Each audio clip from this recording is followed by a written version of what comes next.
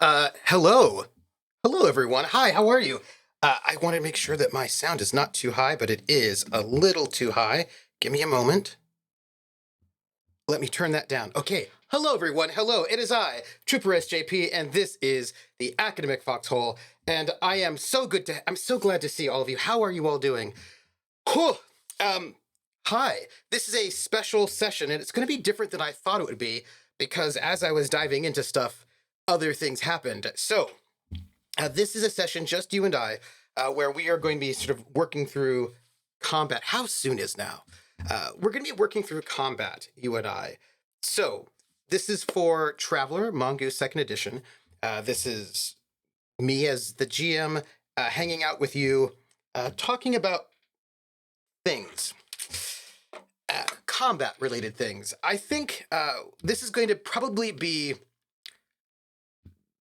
not the only time we do this because I'm going to have to come back to this as I learned as I was going through things. So, first off, let me say hey.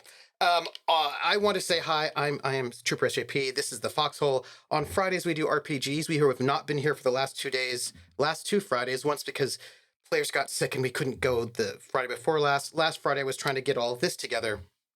And here we are this Friday. Next Friday, as far as I know, all of our players will be here so we can come into this moment and get in here. But I don't know how late we'll stream tonight, Rissa. We'll find out. We will see. We will see how it goes. I would like to get. We will see. We will see how it goes. Uh, I know you can make combat easier for the players. It's one simple trick. Just give them more smoke bombs. That's actually very good.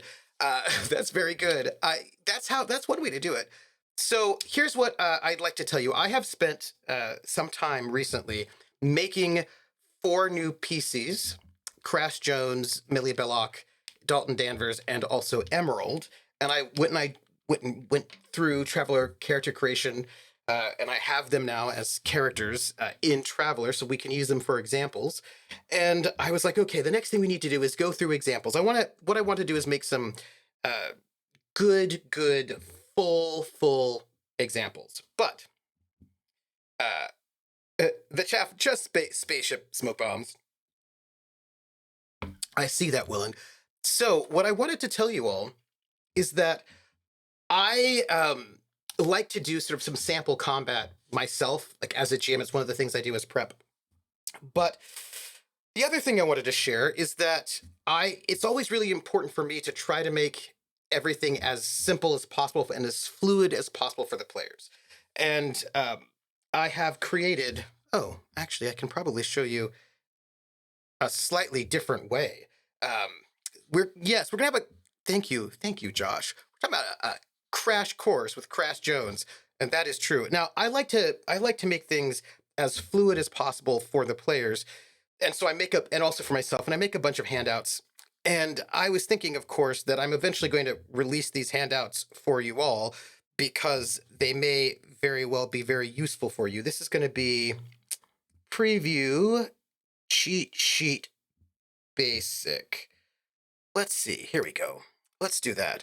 So I make handouts especially when I have time. And one handout that I have made, for example, is this one right here. And I think I can probably make this larger for you. Let me get here and make this PDF just a little bit bigger. So this here is that'll work. That'll work. Yeah. Okay. Good. So this here is a cheat sheet that I've made. It's not. It's currently okay for me. Like I might change it over time, but this is like your basic here we go. Starts off right. It gives you how to make a check, which is 2 dice, 2d6, plus whatever dice modifier you have, plus whatever skill you have, plus luck if you want.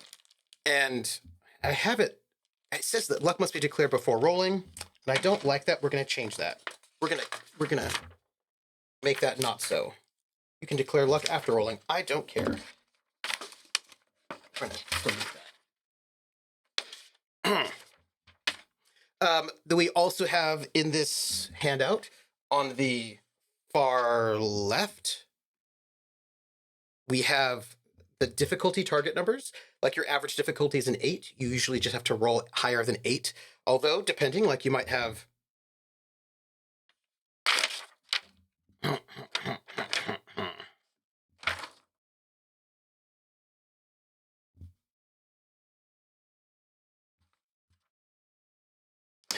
you might have, it might be difficult at 10 or very difficult at 12, right?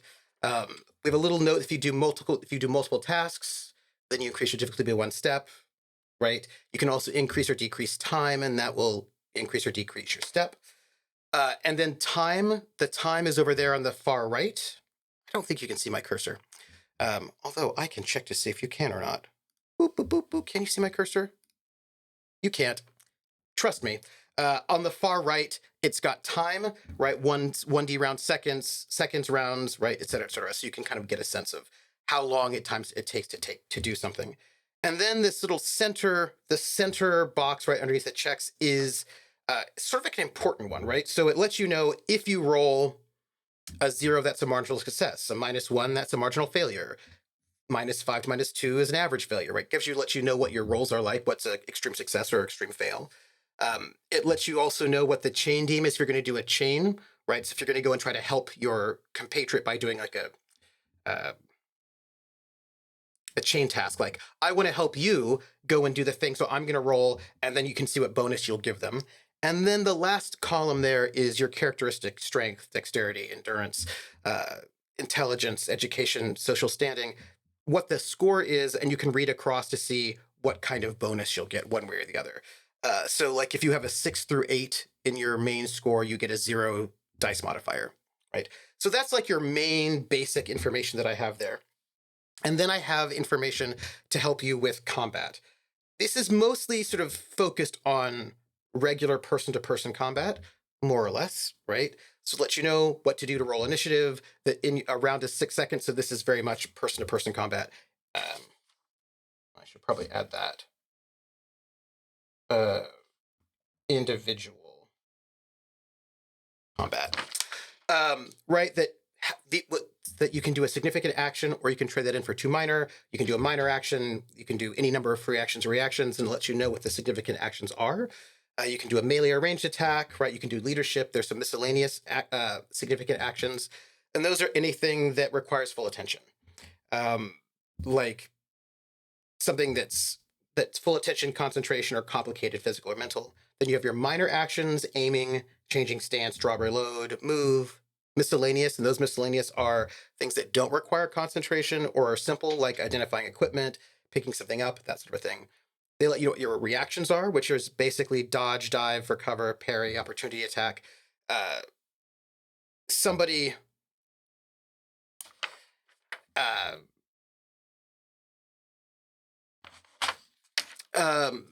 somebody I was on the Reddit, and by the way, I'm telling you all this because we're gonna do something. So I was on the Reddit, and somebody asked, who was coming from his D&D, and is like, hey, are there any targets? Are there any attacks of opportunity? And he's like, no, there are no attacks of opportunity in Traveler. Stop thinking about D&D. And I was like, actually, there are. If somebody's in melee and they get out of melee, you can immediately do a free attack on them. And somebody said that I shouldn't call it an opportunity attack because that will make people think of D&D, and I should call it a free attack instead, which I don't know how I feel about that. Like, part of me is like, okay, whatever. But part of me feels like if I call something a free attack, people will think that it's actually free when it's a reaction, and reactions are not free. For every reaction you take, you get a -1 dice modifier on your next turn. But everybody knows what opportunity has. Yeah, so maybe it should be called something like I don't think it should be called a free attack. They don't give it a category title. Maybe if opportunity attack is, I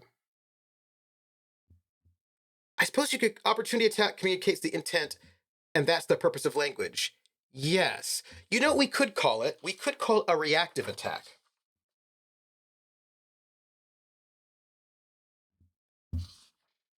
So I'll think about change that to reactive attacks. So, and then free attacks are basically uh, yelling, pushing a button, anything really simple. And then there's a little bit of information how damage works, grappling, how grappling works, encounter distance for person to person, right? Dual wielding, all of that. And then I have a little bit of information about damage effects, healing, weapon traits. If you have a weapon that is dangerous or bulky, this stuff is here. And then I've got all of the attributes and all of the skills with a little bit of a description of what they do in case you want to know. So this is like my general basic handout. So I feel like that is a thing that I do so that I can just hand that to my players. I need to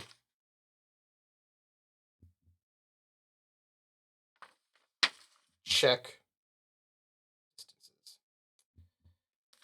So, right, I make this so that for the players, it's easier for them to go about doing things. Now, the other thing, I mean, it's even still a reaction. It's just the reactions work differently in Traveler than in D&D. That's true. It really is, right? It's true. So here's the next thing. One of the next things that really helps make things easier for players is if you have if you're using a VTT, if you have a really good character sheet. And the thing is that the character sheet in Traveler is fan-made, right? So it's a fan-made character sheet. And let me bring up, ooh, that is not what I want. This. Let's not have pop-out windows, shall we? So here's Crash Jones, who I just made recently. Oh, he's going to be a problem now. Let's do Millie. So there's a character sheet in Roll20, and I have modified it. I've changed it some because it did not do what I wanted it to do, and there were some errors on it. So it did not have, for example, the luck stat, and so I added the luck stat. I put the psionic strength stat on the top. Unfortunately, I've got a little bit of unhappy width, and I have to figure out how to. Not quite certain if I can, because you can't make the character sheet by default wider, so it might just be a thing. It is life. So I made, I added those two things there, so that was there. I added the psionic strength button was broken, and so I fixed that. The front page of it, which also it was ugly, so I changed its, and I added a very nice title. I changed the I changed some of the aesthetics because I thought the aesthetics were not doing what I wanted them to do. And I did add, for example, a spot to add your life path so that you can actually sort of make a note of what your life path is, which is great. It has its skills section, which I think is really good. Sometimes it's a little bit confusing for folks that you have to explain it to them, but it's fine. It does what it needs to do, including it lets you to sort of swap which characteristic your skill is based on, which is great. It's got this inventory section, which I think I can make better, is what I'm going to say. It's fine for now. It's got a combat section, which lets you put in which armor you have, which weapons you have, and roll, which is fine. But it doesn't have the range bands, and I want to add that. Then it's got your psionic powers. It's fine. What's cool about this character sheet, let me grab this copy of Crash Jones.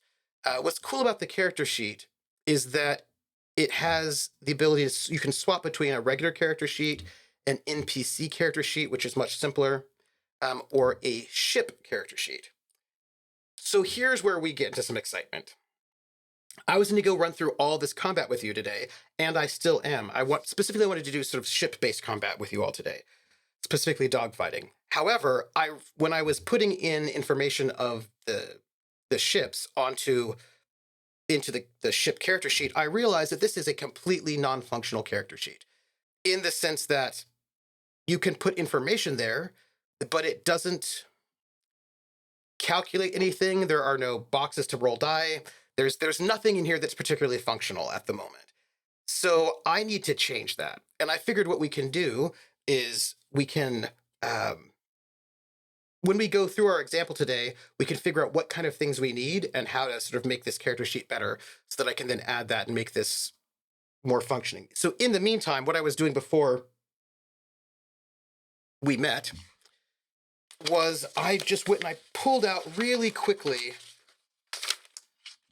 like I made a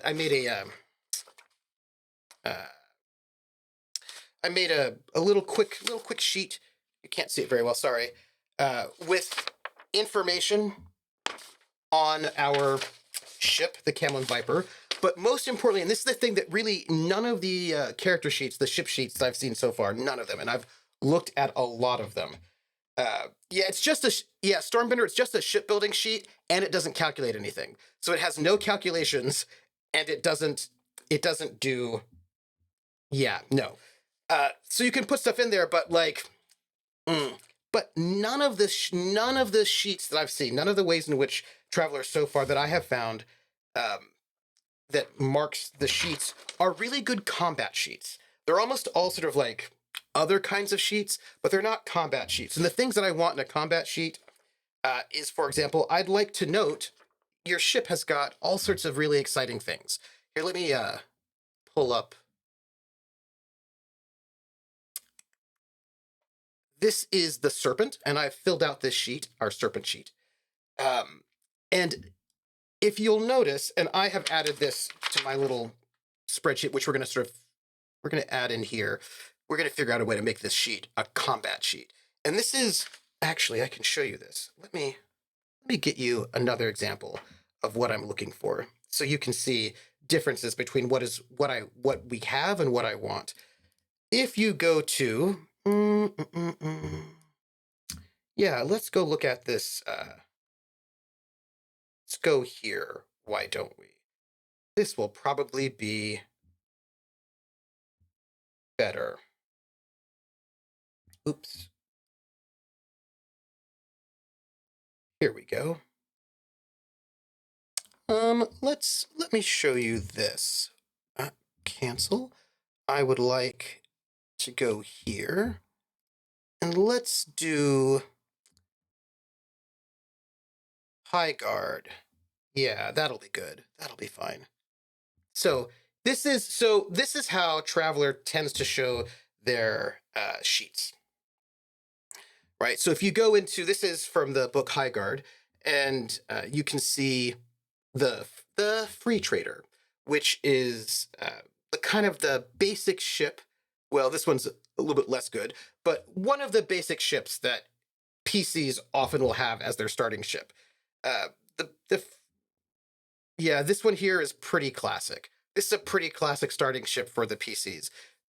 Sometimes the Courier. So this one here, this is what you'll get. This is how the ships normally are, right? It lets you see how big the hull is. This does not have something I would like. How much armor it has, to the drives that you have, power plant, fuel tanks, bridge, right? All this stuff. These are all the things that are in the ship.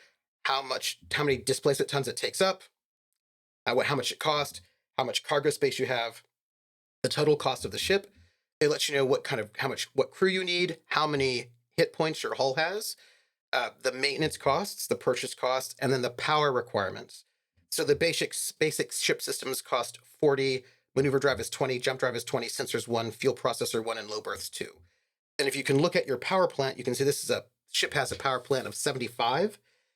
So you cannot have everything going at once, but you should never have your maneuver drive and your jump drive happening at the same time. But you have more than enough space here, right, to power everything. So this particular sheet is great, but this sheet is not really a combat sheet. And I have yet to really find a really good combat sheet for spaceships. And so we're going to basically be making one ourselves by deciding what it is we need. So let me just think about a couple of things that are not on this sheet that you should know, that I need to know. So for example, your sensors. This ship has got civilian grade sensors. That's all that it says. But civilian grade sensors mean something.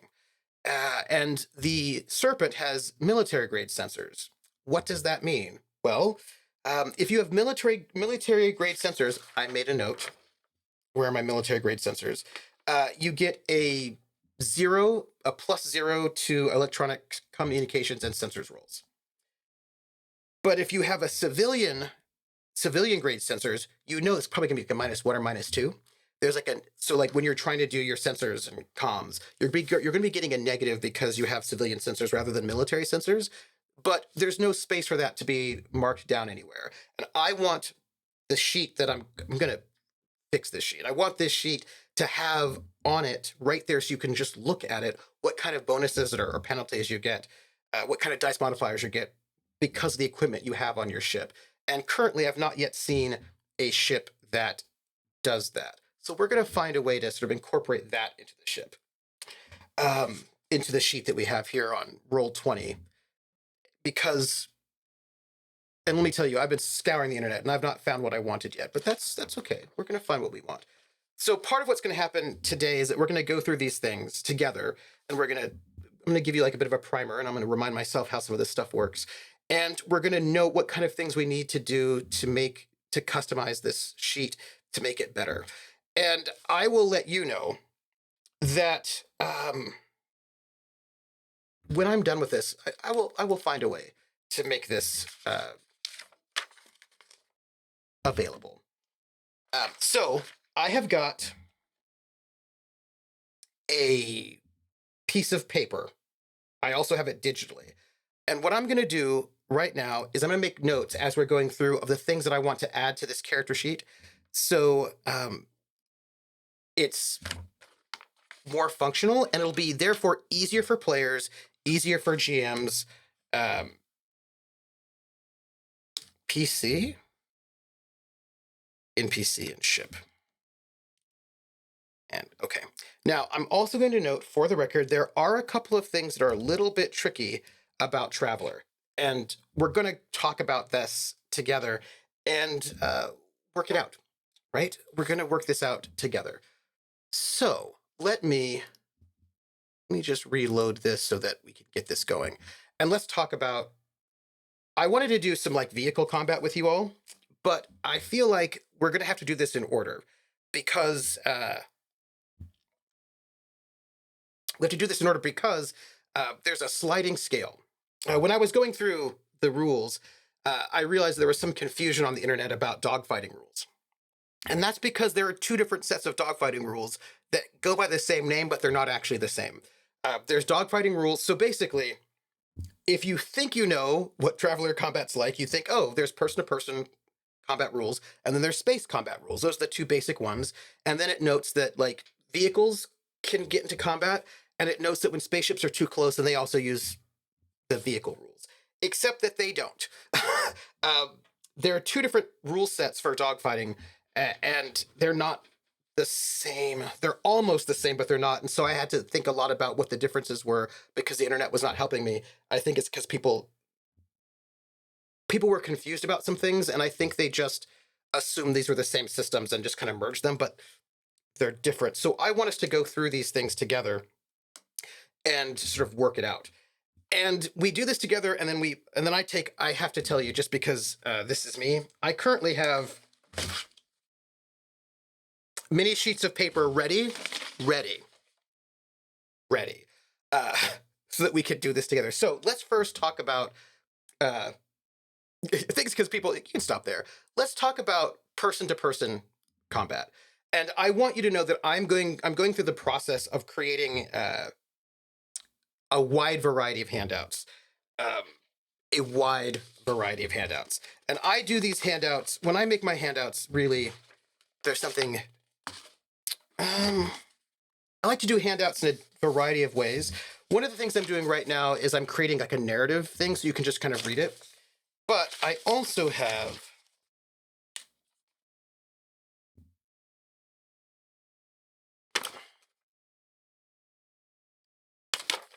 charts. Now, all of these things are not necessary. These are things for you to like get a sense of like, okay, what are the tables that I need? What are the things I need in order to get this going properly? So I'm working on that. Also, oh, where did I put my little flowchart? I've got a flowchart as well, which should be here. No? Here it is. So I'm also making, it's a thing I love to do, a nice combat flowchart, which again, may not be needed in the end, but I like to visualize these things in a lot of different ways and then figure out what is the best thing that I can do to share with people, because people get things, people learn in different ways, right? So I'm trying to find the best ways. The internet did not have the answer. The best ways to help people move fluidly through this. Because the thing is, I actually don't think that this combat's very difficult.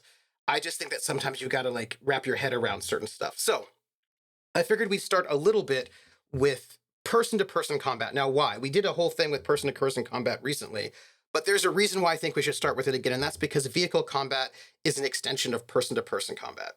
So if we do this, we can sort of get this together. So let me pull up a character sheet for you. So this is Crash Jones, who I have statted up as a Traveler character versus a Ironsworn Starforged character. And you have 6 main characteristics: strength, dexterity, endurance, and those are your physical characteristics. Intellect, education, and social, and those are your mental characteristics. And you can take damage when you take, there are no hit points for people. Animals have hit points, which we can talk about that, but people don't have hit points. They just have these stats. And what happens is when you get damaged, you take points off of your endurance first, and then your strength or your dexterity. So you damage your attributes, your characteristics is what happens. And why this is important is because as they're damaged, it gets harder for you to do things, right? So there's a way in which damage impacts your ability when you're bleeding out, it's hard for you to aim your weapon, is what I'm trying to say, right? So this is, it's fairly simple, right? You take damage against your stats, and then when you get rid of all of your endurance, then you have to decide which of the other 2 to go with. When you have 2 stats at 0, you're unconscious. When you have 3 stats at 0, you're dead. Although I'm using an alternate rule, which means you may not die. You might just be in a coma, but it's no good, right? So that's your basic, right? The basic thing for Traveler is you roll 2d6. You're usually trying to get an 8, and then you take damage off of your stats. And how many stats you have damaged will let you know how difficult it is to heal. The heroic Crash Joe is the closest thing to the protagonist we have. Yes. So if you have 1 stat damage, you can heal naturally with not that much of a problem. If you have 2 stats damage, you're going to need more help. If you have 3 stats damaged, you're going to need surgery, right? Medical care is at 2, surgery's at 3, and you're going to need a hospital or a med bay to get that kind of healing in. So there are consequences to getting injured. Armor soaks damage, right? So we have these options here. So I thought we could just do a little bit of a person-to-person combat first so that you can see how it all works out. Strength is what you would imagine it is. Dexterity is what you imagine it is, as is endurance. Those things are all pretty clear. Intellect and education is something that you have to wrap your mind around. I like to think of education as memorized things. Education is, I have this right here. So education is learning and experience. Trained responses, known solutions, right? And then intellect is quickness of mind, inspiration, improvisation, logic, and reasoning. So I like to think about a lot of medical stuff is going to be education because you're following what you've learned. But a lot of like spot hidden, a lot of that will be intellect because this is sort of in the moment, situational awareness. And then social standing is a lot of your ability to schmooze with people, but it's not only your ability to schmooze with people, but it's also how well regarded you are in society, right? And so those are your 6 main stats. And then luck is an optional stat that I added. Psionic strength lets you know how strong your psionics are. So I will tell you this. This is one thing when it comes to the character sheet that I've got to figure out what I'm going to do to fix it. And this is going to be, I think, a little bit tricky because the character sheet we have does not do it right. And that is, and I found a workaround, but I don't like it. I think it doesn't actually do what I want it to do. So I think I have to go in and actually change. This is the sheet that I have, by the way, is a sheet that's made by the community. It's one of the community sheets from Roll20. And I'm going to be working to make it, I'm changing it myself. So one of the things that's tricky about this is that if you notice up here, it has your rating, which is what your score is, any kind of what modifier you have. This person has a 7. A 7 gives you no modifier. Crash is a 13 intellect, which gives us a +2. But then you have temporary. So if you take damage on your stats, you would sort of note it here. So if he gets if he loses 2 strength, right? You would put in a -2. And then you know that he's got a -1 mod, which is cool and all. But at the moment, and I will say that people have really thought about this not working out completely right, there's not a really good way to do this with tokens, right?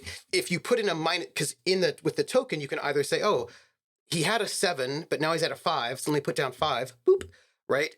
And if you put a 5 here, they think that your strength is now a 13, right? So this is, maybe I should rename that. You know what? I think I should rename that, is what I think I should do. I think I should rename that mod and DM is what I think. I think that will be a bit clearer for people. Rename temp to mod and mod to DM. I think that'll make that a little bit clearer. So anyhow, how do you make a good bar? Like, how do you make a good token with 3 bars, letting you know what your health, dexterity, and endurance is, and be able to click in those buttons and change them and have it actually reflect what's going on in the character sheet? Boost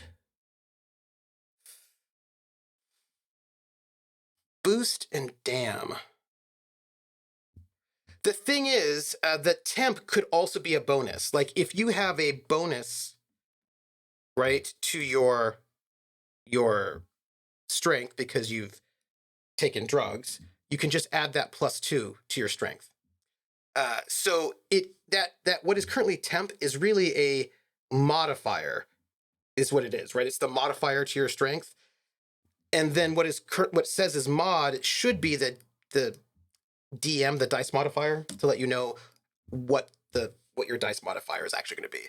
So that needs to be renamed. And there's a trickiness about how to get the interaction between the tokens and the stats to work properly. And I think there's probably going to be I think I have to create like a temporary stat that is calculated based on what happens to the token and then is compared to the sheet. I've got to find out some way to do sheet, what do they call them? Sheet handlers that'll do some of this math behind the scenes.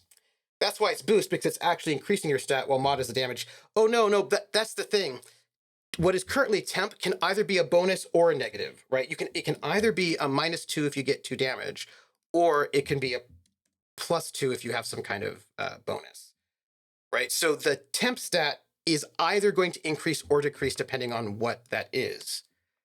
And I can pull this up. Where is it? Where's my, well, I feel like people will, where's my cheat sheet basic? There we go. Because people have a hard time boosting by negative numbers. And let's get me right here. Studio mode, PDF. So if I go here we go. Right? If you'll notice, there's these DMs here in our center top column, and it lets you know that if I have a 6 to 8, I have no dice modifier. If I have a 3 to 5 in my stat, then I have a -1 dice modifier. If I have a 1 to 2, then I have a -2 dice modifier. If I have a 0, I have a -3 modifier.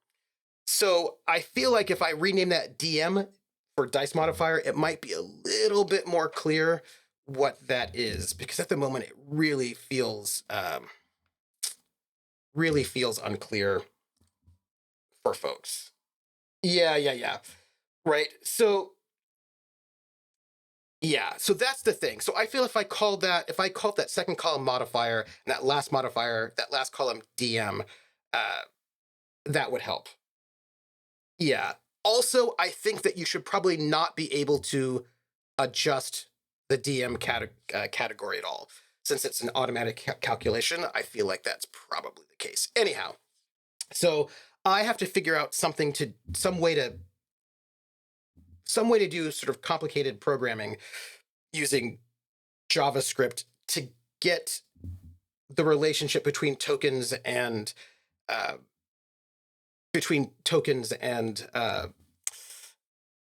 these stats to work more intuitively, because currently they're not. And that's a bit of a tricky thing, which we're going to see in a second. Work out the token damage relationship. I'm taking notes about all the things I want to do. So let's go and pull out some counters. I don't have any good counters at the moment for our characters, but I do have some heroic meeples. Let me put some meeples on the board. Hello, meeples. 1, 2, we've got 4 protagonists, and they're meeples. That's not the best thing ever, but it's not the end of the world. Your sheet should always use terminology, the rules used to avoid any uncertainty. Yes, I agree with you. But what I have is what I inherited, but we're going to be changing it, and we're going to be making it better. And if we do this, then I feel like we will have done a good thing. This is my thought on that. So let's pull out some meeples for our protagonists. I do have, and let's grab. We do have some enemies that we can grab. So what makes them heroic? The heroic shade of blue? Well, see, military maps. Heroes tend to be allies tend to be blue. Op 4 tends to be red. So let's see. We just want some Crash Jones here, and let's save that, and let's have some Millie here. By the way, when I was going through character creation, I learned some amazing things that I did not know until I actually rolled all the things up. Millie's actually from Millie is secretly Zidani, by the way. I just thought you might like to know it. And then Emerald is Aslan, because that's how that's going to work. And then we have Dalton Danvers. Okay, so here we have our what color antagonists? Purple, probably. Sorry that these are not really exciting tokens for you, but we'll start there. And then I do have a mercenary. We've got some mercenaries that we can pull out on the board. And these mercenaries, is this proper? Is this 889? No. Their stats are incorrect at the moment. Green. Oh, green. Mm-hmm. Let me, no, these represent mercenaries. That's what happened. Here, let me cancel that. This is what happened. You are representing mercenaries. And let me update my default token. Save those settings. And then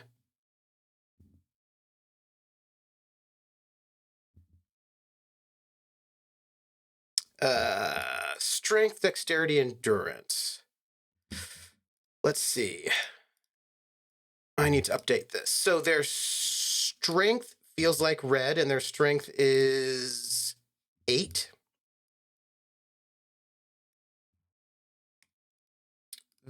we don't have them linked at the moment.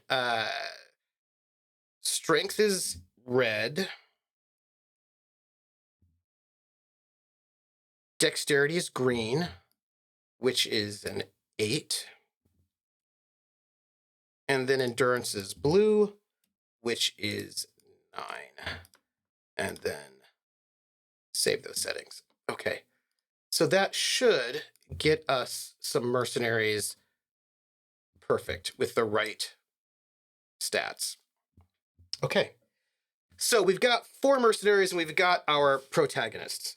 Now, the first thing that you do when you do combat in Traveler is you find out what the encounter distance is. Now, because you kind of want to know what distance it is when you encounter each other. Now, one of the things you have to figure out is we have a table. There is like default is medium distance, but you can roll to see. And I feel like we should roll. Now, what's really cool about Traveler is that they have this table for encounter distance, which is based on, and the encounter distance is close, short, medium, long, very long, distant, and very distant. But what's cool about it is that you can use the same table, whether or not you're on foot or in space. It's just that the distance itself changes and shifts, which I think is pretty cool. So if people are stealthed, then we have some other things going on. You have to like make a roll, stealth versus recon versus stealth. And the question is, are they stealthing on each other right now? I feel like, well, let's just figure out first their encounter distance. Maps are 1.5 meters per hex or square. So we are in the forest or woods, which is a -2. And it's not a crowded area. We're not in space. There's no vehicles. So, but I feel like people are, I'm too method. I want to know why they're in the jungle. I need to know this. Let's see. Our protagonists are on this planet because they're trying to find an artifact, let's say. They're in their ruins. They're on a planet, they're ruins. There's an artifact. They've got to try to find the artifact. And so they're like, they're not necessarily like super sneaking, but they are paying attention. So the highest recon skill amongst our protagonists, I actually have another spreadsheet where I think I might be able to find this much, much easier. Let's see. That's not the one that I want. I think I want this one. I have what I really need to do is just print all this stuff out, because that would be the best. Let me open up more spreadsheets. Look, it's all about spreadsheets, everybody, so that I can do this much faster. But I will note, I also, by the way, there's a thing I like to do, and that is I also create for every game that I GM, I create a control sheet. And a control sheet is a sheet that has every single piece of information about all of the PCs in one sort of table. Their name, usually their stats. So I think we're going to take notes on this one at the moment as well, because we're going to create a good control sheet. And our good control sheet is going to have, we're going to need the recon skill for this.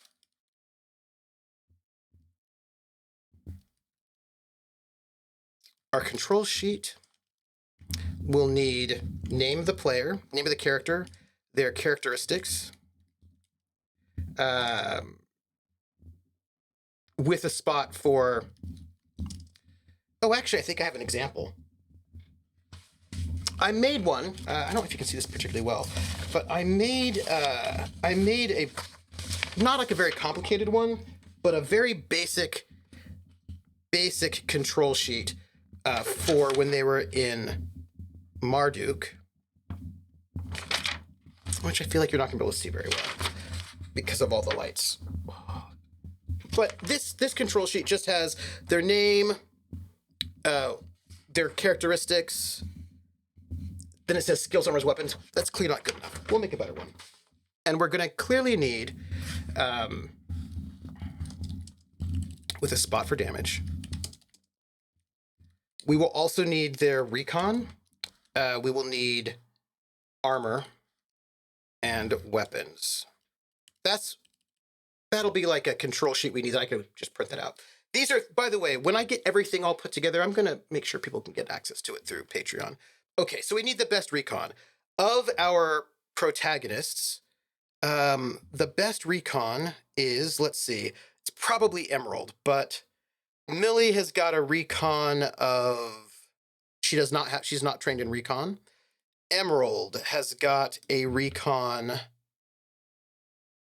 Emerald is not trained in recon, and that's a real problem because Emerald is a scout. We got to work on that. There's nothing we can do. Dalton Danvers has a recon of 2. And Crash Jones has a recon of, does not have recon. So Dalton Danvers gives us a recon of 2. So I'm going to roll my 2d6. Let's, since we're here, have I turned on 3D dice? Dice options. Here we go. Let's do that so we can have a little bit of fun while we're here. All right, so first thing we do is we roll to find out what the distance is. We're going to get a +2 for the highest recon skill, which is a 2, and then a -2 because they're in the woods. So that's going to antagonists. Protagonists are too expensive. Antagonist. Yeah. So here's the thing: when you roll your 2d6, the higher the roll, the farther the distance before you see them. The lower the roll, the closer before you see them. So we just gonna roll our 2d6. A 6. So a 6 means that they're going to encounter. They're going to become aware of each other at long distance, which is 51 to 250 meters. Okay, so that's what we know. We know that this is a distance. Let's see, 51 to 250. What do I want to do about that? First thing, I made a token, and we are going to put this token on the board. It is our range band counter, so we can know. It's a way to look. I'm making stuff. Let's make this. Let's put them at. Well, I'll tell you what. We're gonna say 250 to be nice. Let me choose the side. Choose side. Oh, here's the thing about this. As it turns out, this only goes up to 50. I only put up to 50 because I didn't need 1,000 million. Let's make this a drawing. All right, so we've got what, 250? Let's make 5 of these.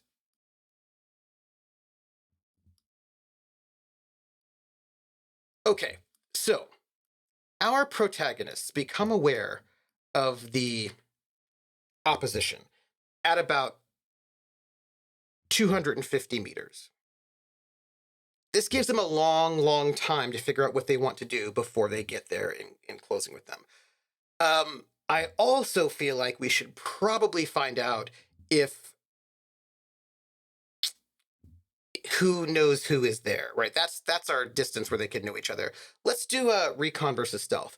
Our mercenaries are not being stealthy at all because they're on patrol, but our protagonists are going to try to be stealthy.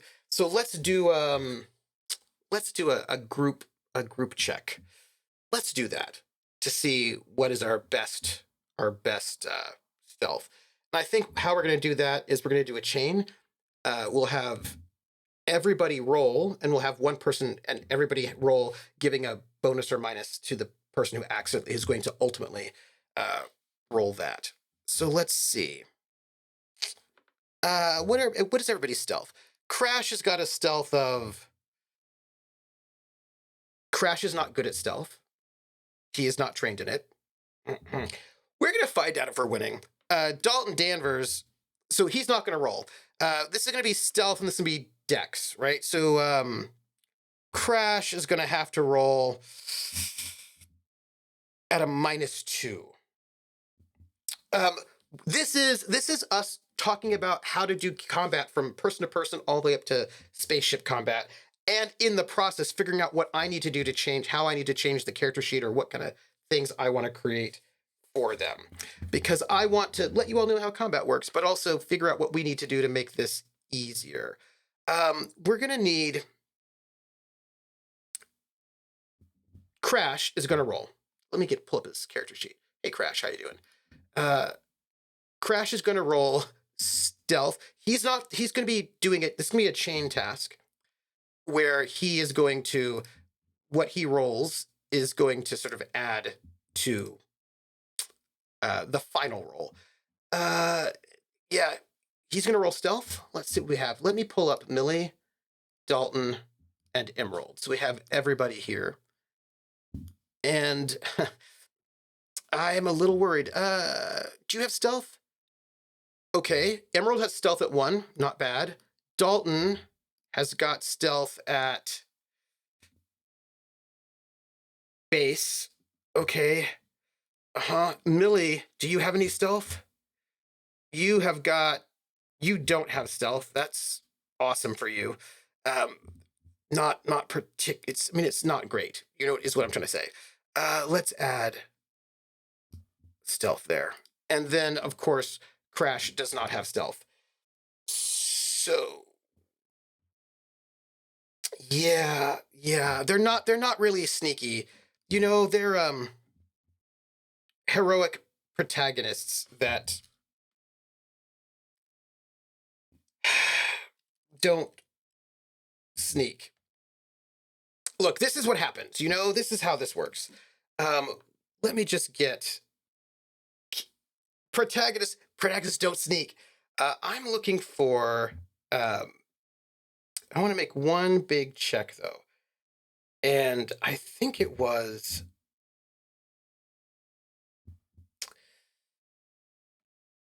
What I wanted was task working together.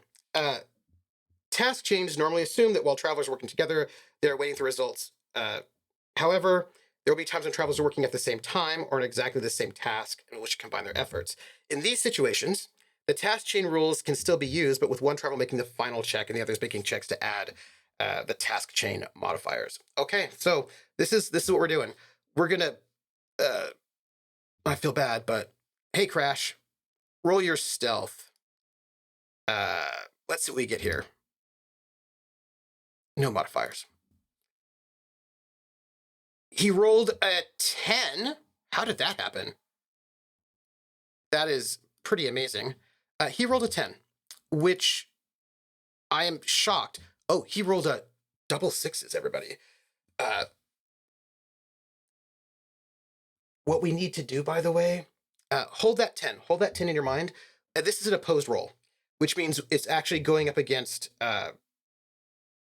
the recon of these other folks. So if we're doing an opposed check, both travelers make their task checks as normal, with the winner being the one with the highest effect, right? So this is how we do it. So right now, he's made his roll. This is a regular difficulty of an 8th, that's average, right? He's made it by 2. And if you make your roll by 2, that is going to give your friend a +2 to their roll. So keep a note. I think there's an easy way for me to do this here.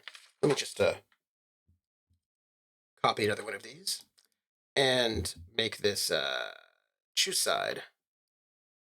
So they're currently at a bonus at +2 to this final roll. That's from Crash.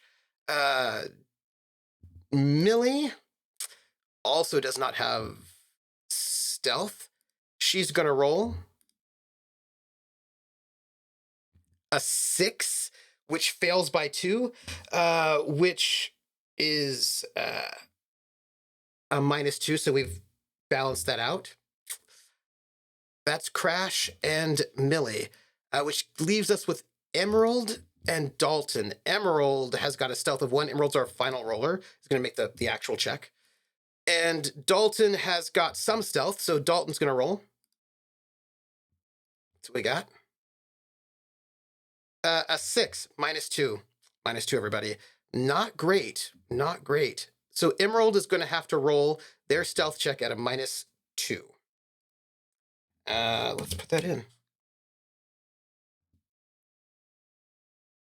Rolled a 10, which is great. So our team, our protagonist team, has succeeded by 2, right? Which means we just have to find out whether or not our opposition noticed them. So we're gonna have to roll their recon. There are 4 of them. They have a recon of 1. Yeah, that's pretty sneaky for non-sneaky people. Our mercenaries have a, let's see, hi mercenaries. Where are you at? You have a recon of using intellect because that's in the moment. They have a recon of 1. So we get 4. 1. That's a roll of 10 plus 2. The next one, and the final one, will give us an 8. That's a +1, so that's a 3. Our third one, because it's a team check, rolls a 7, which should be a -1, so they're at a +2. So now our final person's going to make the actual final checks. They're going to roll +2. And they roll a 14. Okay, so they absolutely notice our protagonists. So at about 250 meters, our protagonists see the enemy, and the enemy sees the protagonists. Yes. Now, our protagonists, because we have to have this combat, have to, the mercenaries are guarding the special important thing. So the mercenaries, our protagonists have to go to where the mercenaries are, or else badness happens, right? So we go into combat turns. First round, we have to do our initiative. So for our initiative, everybody rolls. I'm going to just do 1 initiative for our mercenaries. They are going to go at the same time because they're not that important. Hey, mercenaries, let's roll initiative. Go. Now, nobody's ambushed anybody. So where's our sorry. I didn't do it right. I'm gonna roll again. Because, well, they rolled an 8. I can actually just add them. Let me add mercenary. Oh, hold on. Is there a advanced layer? No. We were not that important. Why are we even here? Don't mind us. So that's, by the way, that's how you would do like a opposing roll, and also sort of group checks. So let's add label mercenaries, and I'll add them. Oop. Actually, clearly I need to clear this all out. Remove all turns, clear the list. Clear. That's great. Right click and choose add a turn. Right click a token and choose add a turn. Or I can do this and say, Control U. Probably, haha, look at that. All the mercenaries are there. They're at 8. Hey, script to the up for Merc 1, so it must be important, right? All right, so how you roll initiative is 2 dice plus your dice modifier for either dexterity or for intelligence, depending on whichever's better for you. But I just realized something. What I just realized is when you roll for when you roll for initiative, if somebody's ambushed one of the others, but nobody has, then there's like a slightly different thing. But one person per side can roll tactics, and your tactics can improve your roll. Our mercenaries do not have the tactic skill at all, so they're not going to roll tactics. But our protagonists will. One person can do this, and this would be tactics military, not tactics naval, because military's for ground, naval's for space. And I believe, I don't think anybody has tactics military, but I'm pretty sure Crash Jones has got tactics naval. So he is going to roll tactics for the team to see if he can get a bonus there. I don't think anybody else has tactics. Millie, do you have tactics? You don't. Crash, it's you. Can you give your friends a bonus? Please roll. He rolls an 8. Right? This is what he rolls. Which is an effect of... I don't think you get... He just made it just straight on. So the players of my Dark Ages game got infected by the yellow sign. Oops. One went to the church and met Father Whisper, who said he could remove his memories. That seems bad. Well, he didn't get... he was not able to... It's effect, not... the others didn't trust him, but that investigator went with the monk who came to fetch him. Another investigator followed. Oh, these things are always sort of bad. You know what I mean? Like, it's never good when that happens. It's never good. Initiative.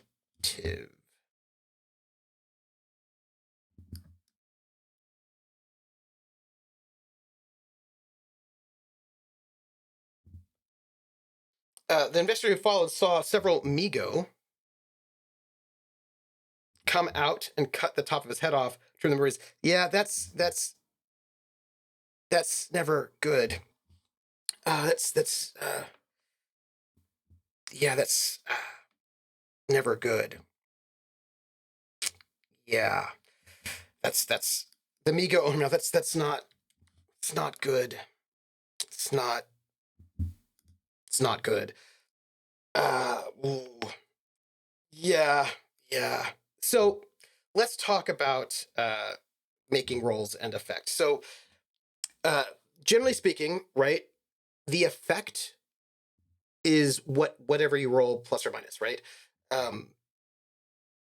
But chain difficulties is different. So he just rolled it straight on, so no bonus. So everyone's going to just roll their initiative. Crash, roll yours. And Crash will be rolling his initiative with intellect, because he's smarter than he is dexterous. Nice. Also, I'm pretty sure I put 8s on all of those folks. So those should all be 8s.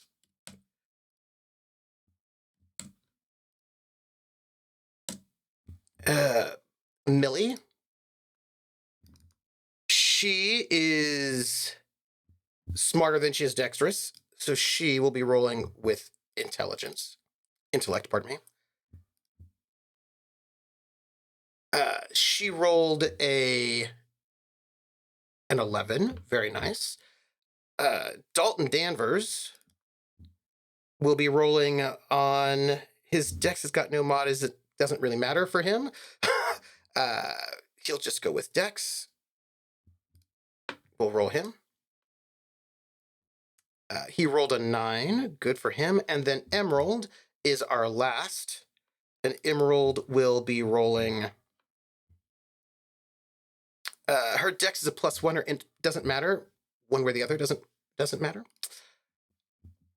Same, and she rolled an 8. So let us descending. So our protagonists get to go before all of our antagonists. The investigator who followed is down to 11 sanity. Oops. The other investigator is trying to learn a spell, Cloud Memories, but he might not be able to learn it in time. And I've got a bit of advice on how to handle that, though I thought it a really good idea by the players without any pushing from me. So I kind of want to reward them. Very nice. Very nice. So here we go. With initiative, there's a situation about time. If you have a tie, I think it goes by Dex. I think. Checking initiative. At the start of the turn, you make your check. That's your initiative ritter. You can always delay if you wish. Just who gets the opportunity. And I feel like we're just gonna have them both. Oh, I think it's at the same time. Oh, good night, Max Rider. So they're at 250, and our protagonists go first. They don't have a lot of super long ranged weapons. They don't. That's exciting. I believe the longest range weapons. Yeah, no, our protagonists do not have long range weapons. We've got a gauze pistol, which is short ranged from Dalton. Emerald has got also a gauze pistol. Millie doesn't have any weapons on her. She should, but she is not trained in weaponry. We'll have to think about that. And yeah, everything is like they've got very short range stuff. So they're going to have to hustle, is what they're going to have to do. So on their turn, they're going to take 3 minor actions to move their full distance, which will be 18 meters. They're going to try to, hustle forward. So that's going to take them. What we're going to see is how much time. What are other folks going to do in the meantime? So they're going to hit 40, 18, 32. We'll just take note of what our distance is. Our other mercenaries are going to take cover, right? We've got some walls here. We're gonna have our protagonist coming in from this side, I think is how we're gonna do it. So we've got 4, 1, 2, 3, 4. We're gonna get this person, 1, 2, 3, come over here. This person, 1, 2, 1, 2, 3, 4, 1, 2, 3, 4. So we're gonna have our mercenaries sort of take that moment, and they are going to then start aiming. They have pretty good, well, I mean, I don't know. They have longer range weapons. I don't want to say that they're good, because, that's a bit much. But they have gauze rifles, which have pretty decent range. So at this moment, they're all at an aim of, and they have scopes, an aim of 2. Millie has no stealth. She doesn't train weapons. Why is she here? Is she Dale Arden? She's good with tech, is what she is. And hopefully we can get her some good computer equipment that'll get her something going on. Also, she's psionic. But we also have to get her trained in some of these things, is what we're going to have to do. What is her dex is iffy. Round 2, our protagonists are going to get 18 meters closer, which is going to put them at, what is that? That'll be a 14 there. Hey, how are you, On a Geek? Choose. So they are currently at 214 meters away. And our enemies are going to aim another 3 rounds. Go edit video. Editing video is important and awesome. Let me just copy this.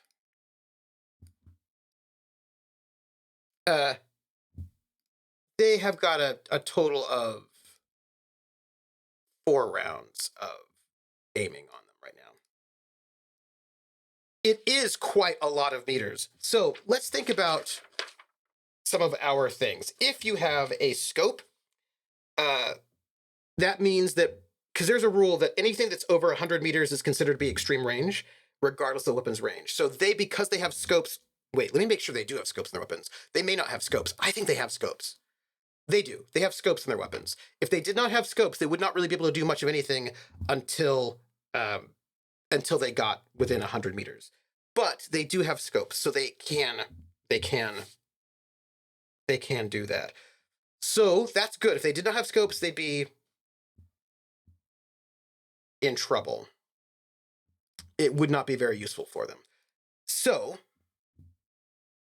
that's them. And before we go further, I do want to just make sure I want to see if there are any limits on aiming, because usually there is some sort of limit on aiming, and I just want to check to make sure. So normally you get a +1 per action spent aiming. Yes, that's it, right? You enter for a show you're on now because the gym doesn't have time to do. Yeah. Oh, thank you, Anageek. But editing is very exciting. Aiming, maximum +6. I'm gonna write that down because that's important.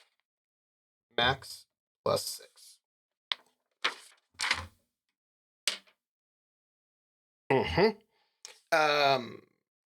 I'm seeing the things we have to make down, right? So let's see.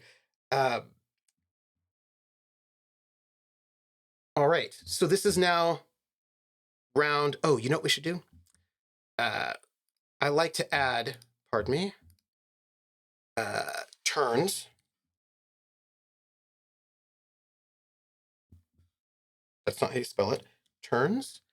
And it is a +1 every turn. And that should be right. So let's go through. I believe we've just done all of our turns. That was the first turn they moved, the second turn they moved. Third turn, they're moving again, so they're going to do another 18, which brings this down to, what's a 46. Choose.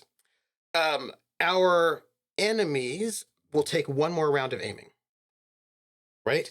They're going to do their round of aiming, so they can get their full +6. I'm a little worried, but that's fine. And we have to do our next round where our protagonists are going to get closer again. So they're going to hit, what's that, 28. And they're going to have to really think about what they want to do here, right? Because they're at 46 that we were at, right? That's 36. Yeah, 28. I can do math. Okay, so they're at 178 meters. What are you worried about? Are you worried the mercenaries are just going to one-shot our heroes? Maybe. We'll find out. Now, I need to ponder what Millie can do with her psionics, but we are currently, she's got, what has she got? She's got clairvoyance and Zodani, which is not going to help her right now. So they moved. Our mercenaries are going to shoot. Hey, Artie, how are you? Our mercenaries, their goal now is to try to kill these folks. We're going to have Crash Jones up front, Millie in the back, Dalton and Emerald here. Okay, so let's talk about ranged combat for the moment. Our mercenaries have gauze rifles, and those gauze rifles have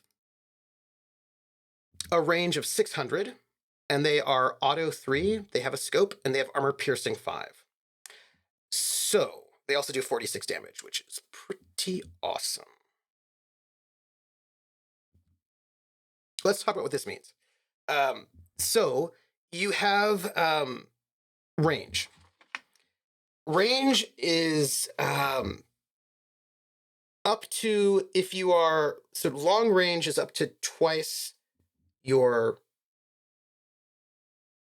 range. Extreme range is times 4 or 100 meters. But it's not close range. Where's my close range? Short range. They don't have a laser sight. They're not within short range, which is in 1/4, which would for them would be, what is that? 150. So they don't get any bonuses, but they do get a +6 to fire. They're going to shoot. They have auto 3. You can either shoot normally, or that's just like one shot if you have auto. If you have auto 3, you can spend a whole lot of ammo to try to hit multiple people, 3 targets, because it's auto 3. Or you can hit one target with a burst and get a bonus to that damage, right? So if you do a burst, you get plus to your damage. But you cannot aim or use the scope, so this will not help them. If you use full auto, you can hit multiple people, but again, no aiming and no scoping. So they can only do one hit, one shot per. Let's do it. We're going to have the first one go after Crash. Right? That's what we got. They will do they get a +6.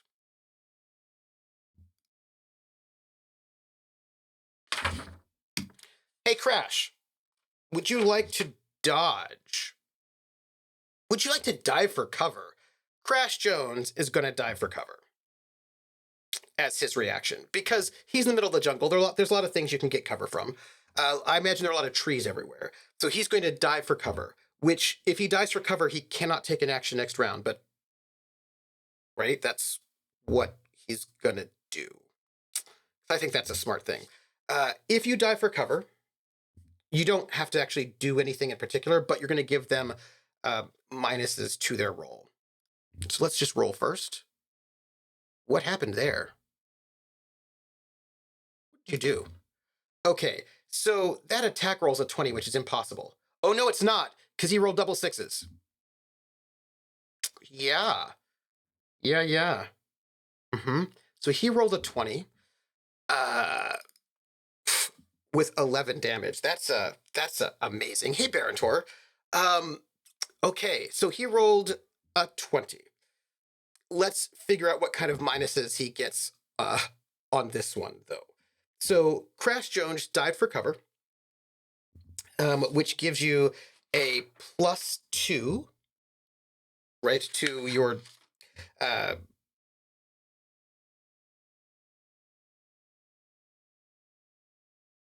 plus you get a -2. So 6s don't explode, no, but he had a +6 because he was aiming for multiple rounds. So -2 because Crash dove for cover. So that's going to make that an 18. And an 18 is still 10 higher than what he needed, which was an 8. So damage is going to be the 40/60 roll, which is an 11, plus another 10. So that's going to be 21 points of damage that is coming at our Crash Jones. Just coming right at him right now is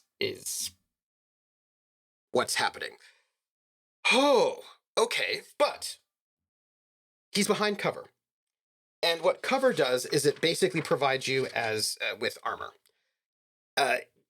Is basically how that works. So how much does a tree give you? A tree should give you, let me see. I bet there's a chart that I can have in a thing and just have it in there. A tree is going to give you, I'm looking it up right now.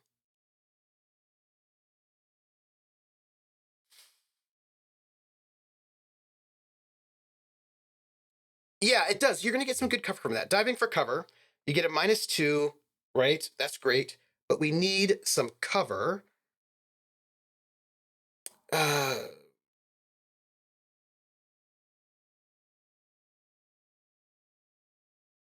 Here we go. A tree trunk, which is what they've got, is +6 bonus protection.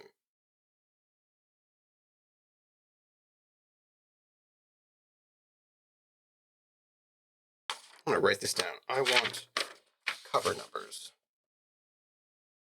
And that's page 78.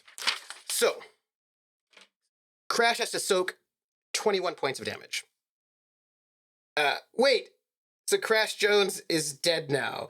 No, not yet. Wouldn't it... I see you.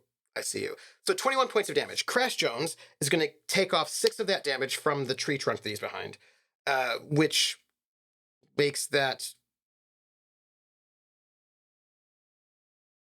15. Crash Jones is also wearing armor because he is no fool, and he's got 12 armor total, so that he's going to take 3 points of damage. 3 points of damage. So that 3 points of damage is going to hit his endurance first. So let's make that a -3. So he's not feeling good, but he's dove for cover. Yeah. And we have to put him... He's... Oh, cancel that. He is currently... We want... Here he is. He's dove for cover. And this next mercenary is going to do the same, is going to shoot at Dalton Danvers. You blame Firefly. Trevor is way less deadly than it used to be. I blame Firefly. Hey, it's that, I mean, if he didn't have cover, he'd be kind of dead right now. Hey, mercenary, please shoot at Dalton Danvers. +6, of course, because, you know, aiming. 13, but 18 damage. Dalton is also going to die for cover because, obviously, Traveler was 100% a Firefly game. Just absolutely. So let me see. I believe you're going to get -2 to that roll, makes it an 11. And he makes the roll by 3, which means that's going to be 21 damage again because he rolled really well for damage. Dalton Danvers is also diving for cover behind a tree, absolutely, but we're gonna have to give him the same sort of diving roll. So he's got... Hey, Dalton, what do you got for armor? For armor, you've got the same, so that's 8. So you're also taking 3 to your endurance. They're getting shot up. It's no good. I was in a D&D Spelljammer adventure at a Blue Box Con where we were on a ship with a Firefly cast as a crew. Oh, nice. Next mercenary is going to go after Emerald, who's going to dive for cover, by the way, because you have to note it. Yeah, just roll +6. 16. They're rolling so well because they've been aiming. That's why. That's why. 16 -2 is 14. Rolls that, makes that by 6, so that's gonna be 20 damage. And Emerald has different armor. 20 damage you have to soak. -6 for the tree is 14, and Emerald has got 10, so Emerald's gonna be taking 4 endurance damage. If you can get in close, your life's better. If you can't, it is not so good, is what I want to tell you. And then our last one's going to go after Millie. And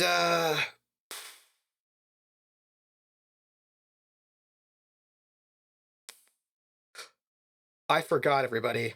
They've got armor piercing 5. That's what they've got.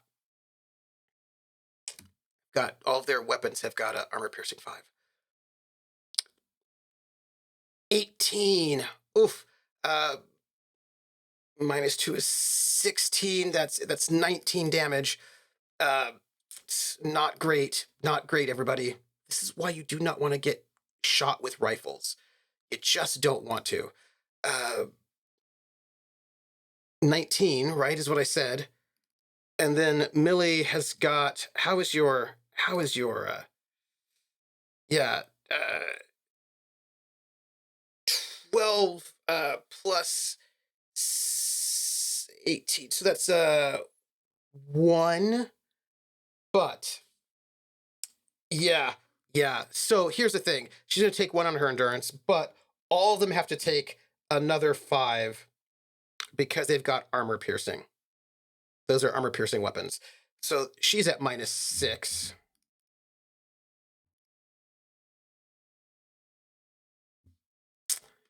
Yep.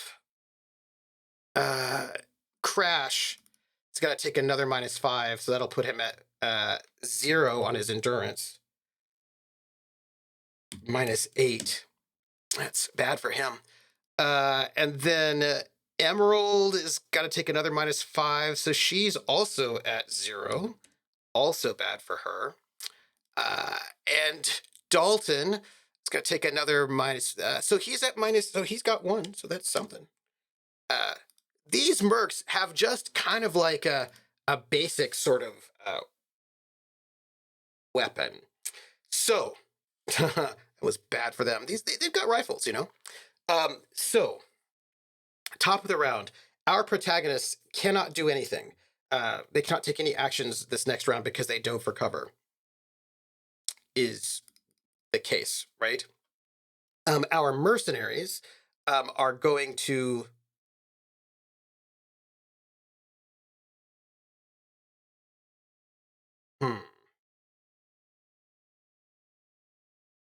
Oh, thank you. Thank you. Thank you, Krellin. I changed it to -1 because I thought he had one of -8. There's got to be a better way to do this, but it's fine. It's fine. Okay, so our protagonists are like, oh no, we're in trouble. We just got shot up with some Gauss rifles. And by the way, Gauss rifles have really large magazines, so they're not really worried right now. Yeah, so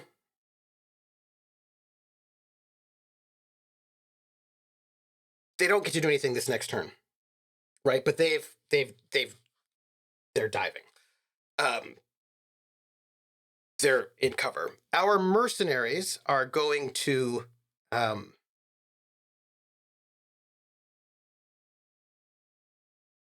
well, the problem is our heroes are now have dove for cover, right? So they're behind cover, which means I think that aiming at them is not going to be so easy because they are now hidden.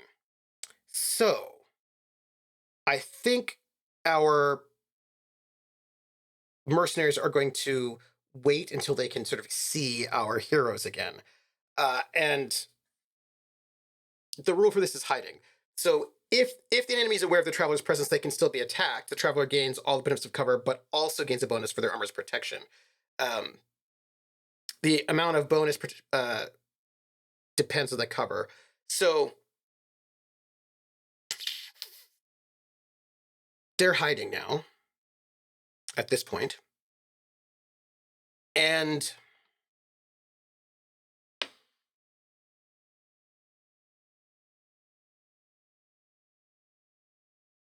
they're going to start aiming. This is what they do.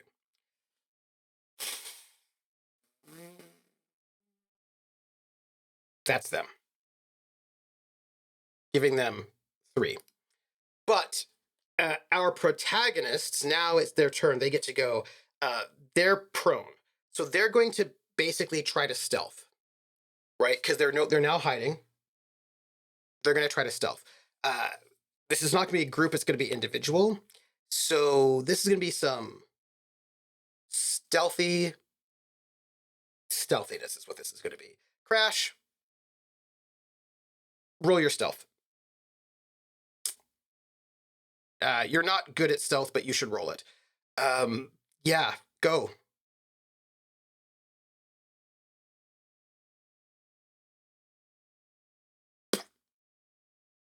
He rolled a 3. So he failed by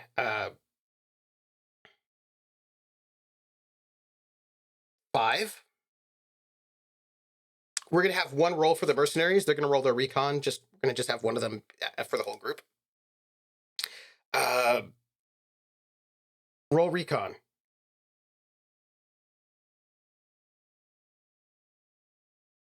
Yeah, so the mercenaries see crash. Oh, by the way, they made theirs by 3. So they see crash. They know where crash is. That's good for him. I mean, it's not really good for him, but that's fine. Dalton rolls a 9, makes it by 1. They know where Dalton is. Emerald is also going to try to be some stealthiness here. Oh, so sad for all of them. Very sad. Rolls a 7. They also know where Emerald is. And Millie, roll some stealth. Make it by 3. Rolls a 3. Nope. So our protagonists try very hard to stealth, but the bad guys know where they are. And as long as they're in this range band, the protagonists, they don't get to roll again. So, not good for them. Not good, but they get to move 2 more meters. And that's them, is what they do. That's our protagonists. The mercenaries are going to aim 3 more rounds, so they're back up to their +6.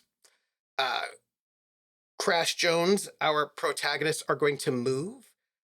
They're trying to be stealthy, staying behind cover. So they get to move 3 times, but only 1 hex, right? So that's 3. They get to go 4. We'll just call that 5 meters. So they're at 21. And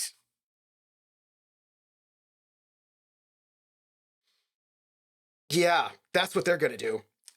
And our enemies are going to shoot at them, is what they're going to do. Yep, our enemies are going to shoot at them because they can. They get that +6. If they did not have scopes, by the way, this would be a very different situation. Just for the record, this would be a very different situation. Yeah, let's roll that, shall we? Let's roll our gun combat +6, and we're gonna do this, 4 times.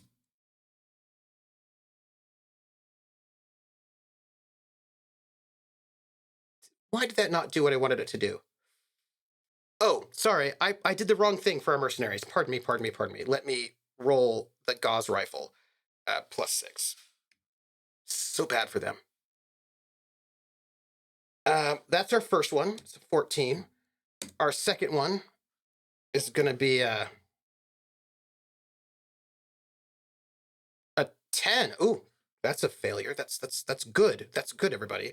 And we're going in the same order as we did last time. I feel really bad for our protagonists. It's not good for them. It's not good for them at all. But, Okay, we have a 14, 10, 17, and 12 for our protagonists.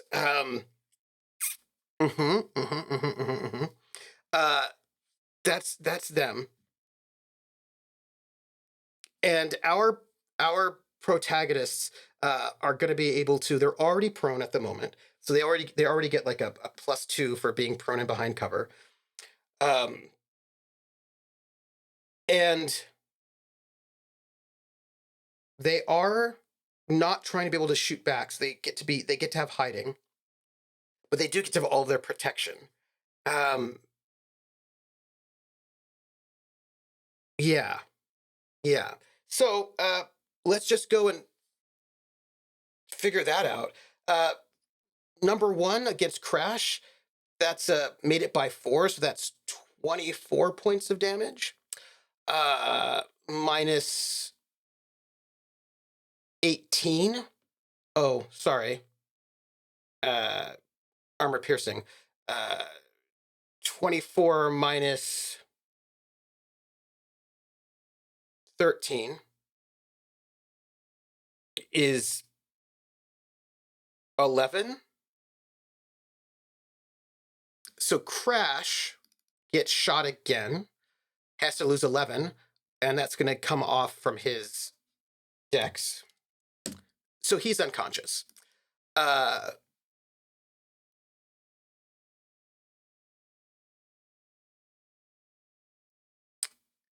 Dalton Danvers, that mercenary gets an 8, which is a success, but no bonus damage.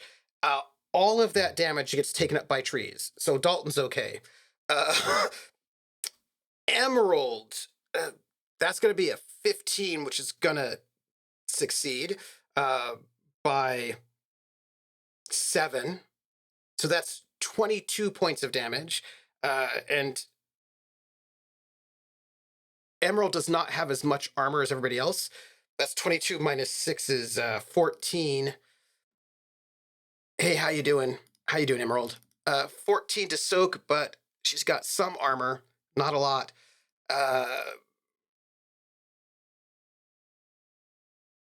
5, so that's 9. So her dex is to we'll take her strength. She's still up. Yeah. She is still up. But she's not doing well, right? Because she had because that first is 15. That's plus 7. That's 22 damage, right? Minus the 6 for the tree is 16. Minus another 5 for her armor is 11. Yeah. No. She's not still up. You're right. She's out. She is out. Hey, how you doing? You're out. Millie. 10. That's plus, made it by 2. So that's 15 damage. The tree takes 6, which is 9. She has 12 armor minus 5, which is 7. So she takes 2. She takes 2 damage, our Millie, which is not great. She's actually okay. So that'll be now minus 8. She's the healthiest out of everybody, actually. So there's that. Oh, so Crash and Emerald are down. Dalton and Millie are up. Dalton, how is their medical aid, by the way? Can they do some first aid? How are you? Dalton, can you do first aid? You are trained in medic. You're just not very good in it because you have no education. And Millie, how is your first aid? Your first aid is decent. She's going to go and spend her turn, her significant action, doing some medic on Emerald. Is what she's going to do. He don't need no education. She rolls an 11, so she makes it by 3. So you can do first aid on someone if you do it within the first minute of them being down. And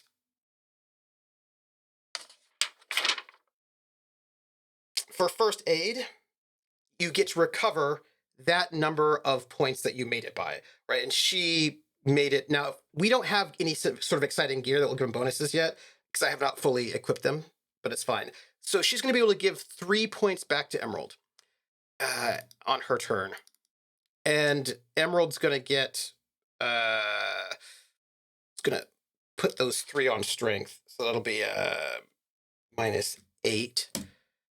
This is going to get Emerald back to consciousness, which is awesome for Emerald, but, not great. The problem is none of them have any particularly long-ranged weapons. No, I don't think any of them have any particularly long range weapons, and they're way too far away at the moment. So Dalton is really bad, at first aid. And if you do really badly at first aid, you can hurt people. So, what is he gonna do? What is he gonna do? I think that he's going to continue creeping forward. 1, 2, 3. Let's see. Let's put everybody else. 1, 2, 3, 4, 5. 1, 2, 3, 4, 5. 1, 2, 3, 4, 5. Right? So we have that. Okay, and then it's bad. They if I remember correctly, our protagonists go first, which means our antagonists are going to aim for 3 rounds so that they're at 3. And Millie is going to do first aid on Crash because, you know, that would be really helpful. She rolls a 7, which is a fail, which she does not want, but she's got 2 luck points and she's going to use all of them. That's all she's got. She's going to use 2 luck points so that she can at least give him one health back. That's what she's got. So bad for our friends. His dex is going to be now at -10. Yeah. So, it's bad. He's not unconscious anymore, though. So what he's gonna do? Oh my goodness. Dalton's gonna move another 5. 1, 2, 3, 4. He gets to. Yeah, he's doing a full 5 meters, which is because he does. You can only do 6, but you only get to do 1. That's 1.5. He does that. That's 1, 2, 3. He gets to do 3 squares. He was here, right? So it goes 1, 2, 3, 1, 2. That's where he's at. And Emerald is also going to go ahead and move forward. It's bad, everyone. It's bad. And Crash Jones is going to roll leadership because his friends may need it, which is a significant action. Hey, Crash, roll leadership. Go do that.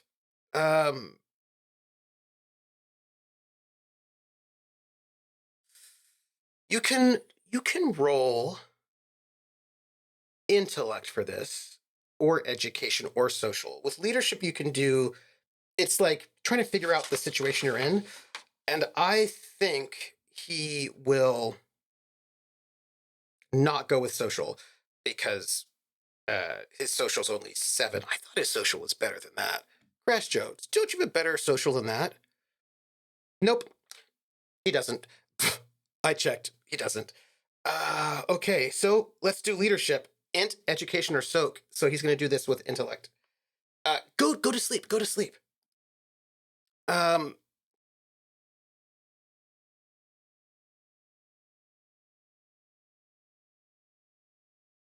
He rolls a 10, which means he can now give a +1 twice. He has 2 +1s he can give. And that is what our Crash is going to do, as well as sort of crawl forward. Yeah. Which puts this at 19. And our villains are going to go and aim, so they get they're at the +6. So sad. So sad. Oh, you know what I could do? I know what I can do. This is really good. I have an idea. Let me do this. Choose. Let me copy and then also paste. And then let me make this a 3. Let's wait a minute to do this faster. And choose that, and I can flip it. It's a token. I should be able to flip it.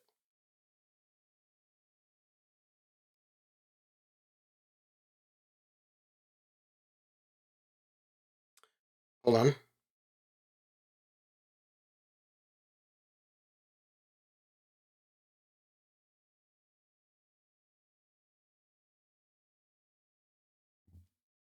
I don't think I can.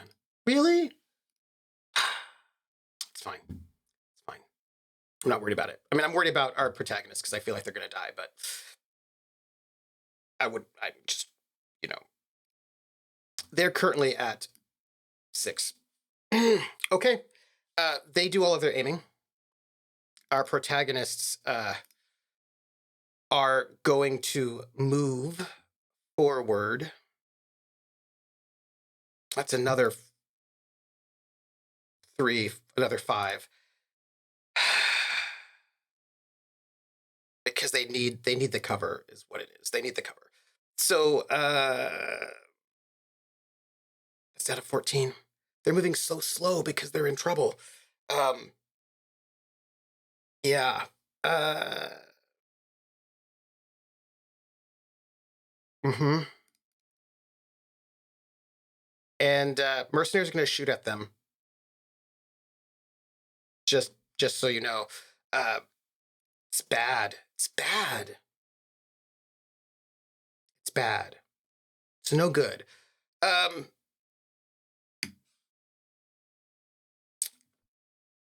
Let's get 4 shots, shall we? Let's just see how that goes. Let's just do a bunch of murder on our protagonists who are gonna die. They're just gonna die. So we got a 14, 13, 17, and 12. That's a 12. This is against Crash. That's a made it by 12, so made it by 4. So that is 13. Well, I just wanted to go and just want to show you how it happens, right? That's a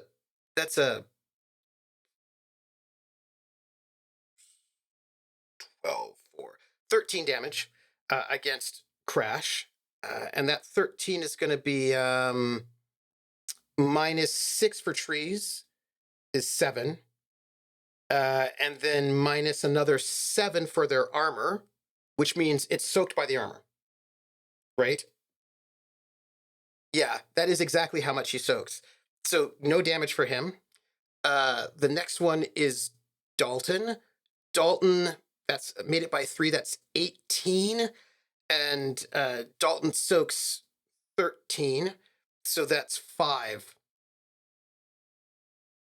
Hey, Dalton. 5. Okay, so 4. Let's take your strength down. So Dalton's still up. Not doing well, but Dalton is still up. Emerald is going to have to take 3. That's 18. And Emerald cannot take 18. Emerald can only soak 11. That's 7.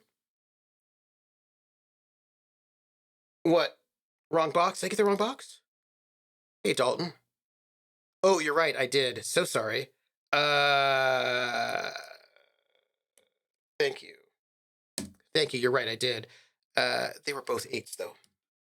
Thank you. Thank you. Emerald has got to take... Cancel? Emerald. Emerald has got to take... It was 5... 13 minus 2 is an 11. That's plus 3. That's 18. And minus 6 is 12. Minus 5 is 7. So, yeah. So that's going to be... and then a -4 here. So Emerald, who actually is a very good combatant, is out. Out. Like, out.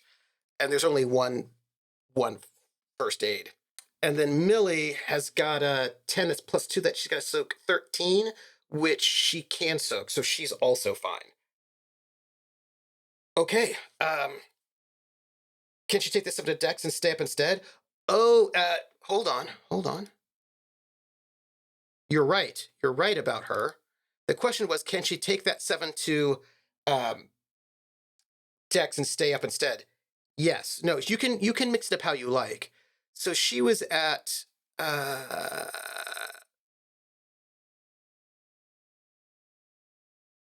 that's -7, right? So she gets to have a +3 there. So that's a -8. And this is a -7. Yeah. Yeah. So she's still up. She's in a really bad space though. But she is still up. It's bad. It's bad. And Millie soaks. Okay. Here's what's going to happen. Our protagonists realize this is bad. They've got to close. So for their first minor action, they're going to change posture and stand up. And then they're then going to take two full moves, which is going to be what is that? They can do 6 meters. That's 12 meters. So they're going to move 12 meters because they just need to book it, or else they're not going to be in a good way.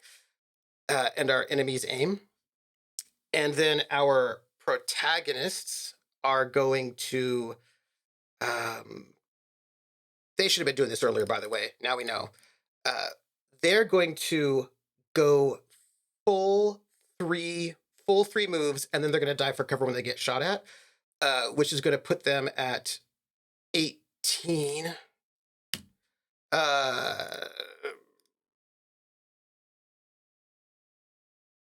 34.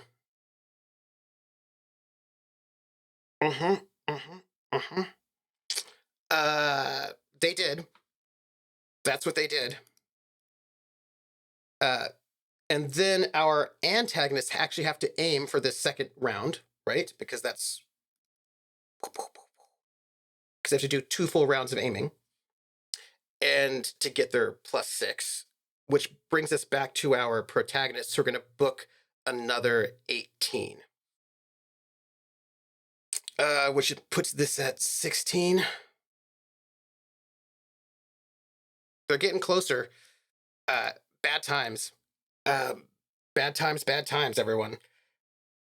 And that is going to give our mercenaries their chance to go and shoot them. They're going to be diving for cover, though, by the way. So 6.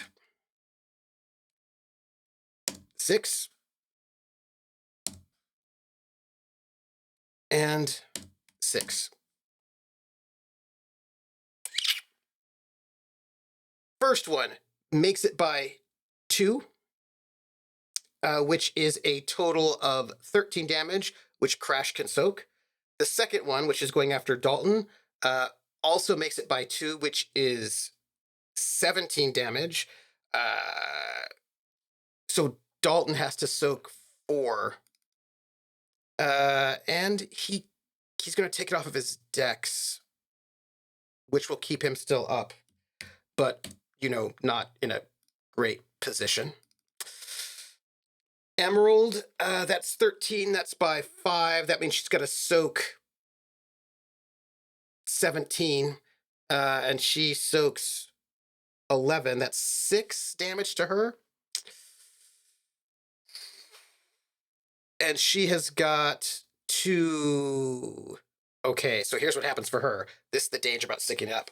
So she has to take 6, and that's going to bring her to 3, 5. To zeros, everyone. To zeros. That's to zeros. Since this is our first time doing it, let's look at our damage effects table. There's a special table that you get to roll. So, we're going to roll 2 d6. And we're going to roll with some bonuses. If the final attack caused less than 3 points of damage, it did not. If it caused 4 to 6, we get a +2 to this roll, which is, it did. Okay, 2d6 plus 2. We'll add the +2 to whatever we roll here. We rolled an 11 plus 2 is a 13. Of a 13, you survive and you make a full recovery without assistance. Some of these tables results are very Iron Crown, Lord of the Rings resulty. So, not dead, but still unconscious. Still unconscious. It's the best roll that our Emerald can make. But we'll be able to recover without assistance. Millie, you've got to be able to soak 17, right? 12, no, 12, that's 4, 15. 15, you've got to take 2 more points of damage. Millie, 2 points of damage. She's going to take that to her endurance. She, she's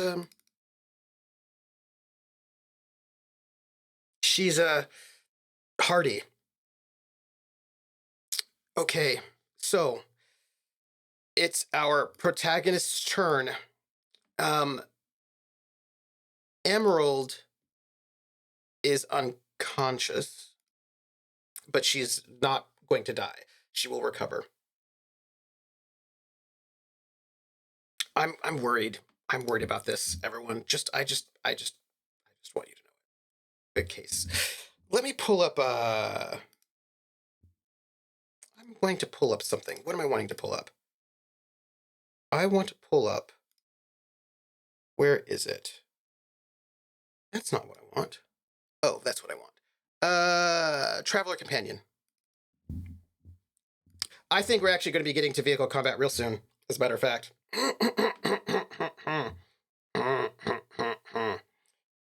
I'm looking for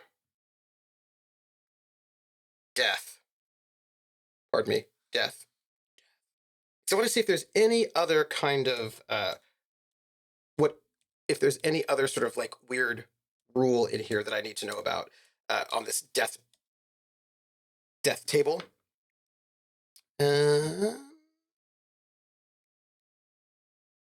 Death.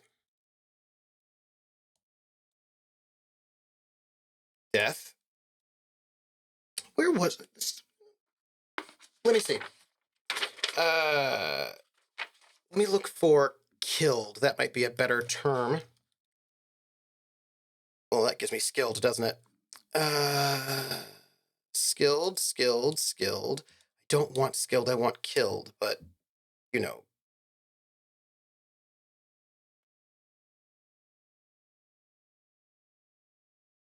Additional wound effects. This is what I was looking for. I was looking for this. The traveler is terribly hurt, but will somehow cling to life and begin to recover even if medical attention is not provided. Hey, good times. Okay. You will recover. This is good to know. Okay, great. It's our protagonist's turn. They're going to stand up and run, which is going to be, what are we looking at? That's 12 meters.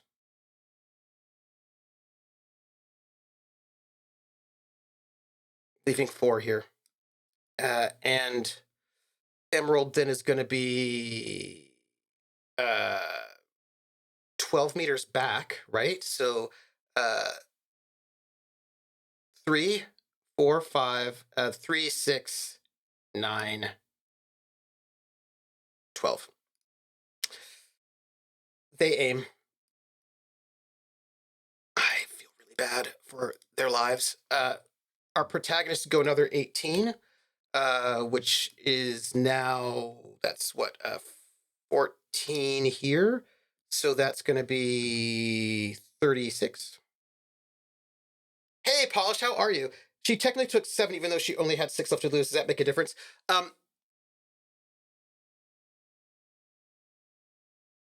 It wouldn't have in the end because she rolled so well. She would have still had that recovery spot. So she would have been fine. And then our mercenaries aim for another. Polish, how are you doing? Another set of rounds.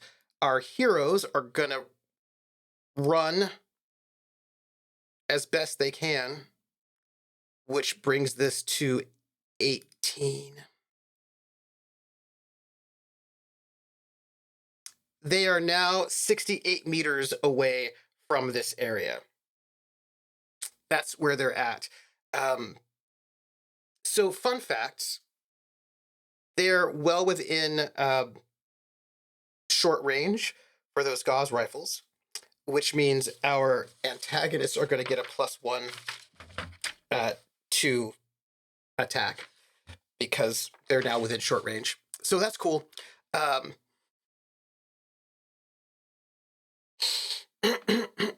They need better armor. We're going to have our mercenaries shoot at them is what we're going to do. +7 though. So, you know. Oh, and yep. Yep.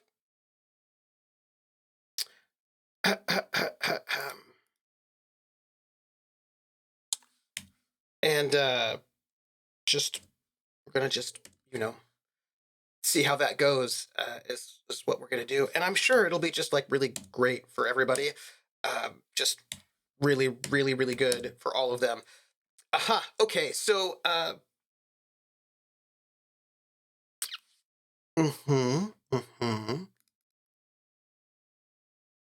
Let's start with the first one against Crash, who rolls a 14 -2 for the cover, diving for a cover, that's 12. So makes it by 4, that's 17 points of damage, which 17, he can soak 13 of that, so that's 4 damage to Crash.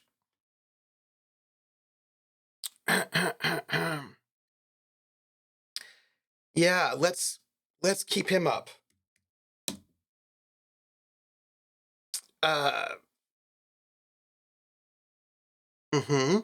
The next one comes in with a 19, who's going to go after Dalton is next, right? So that's made it by 9. So Dalton has to soak 28 damage. -13 is 15 damage to Dalton. Dalton, you cannot soak any of that. So, yeah, so you are down. Let's roll our 2d6, shall we, to see how he does.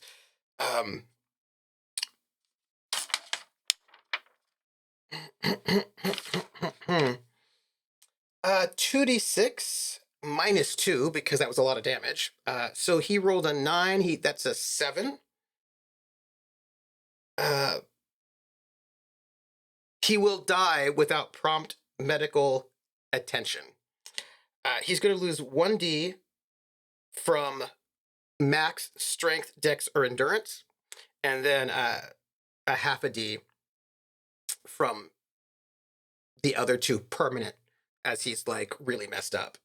We don't have to worry about that right now, but that's what would happen to him because he's being shot with a Gauss rifle just a lot.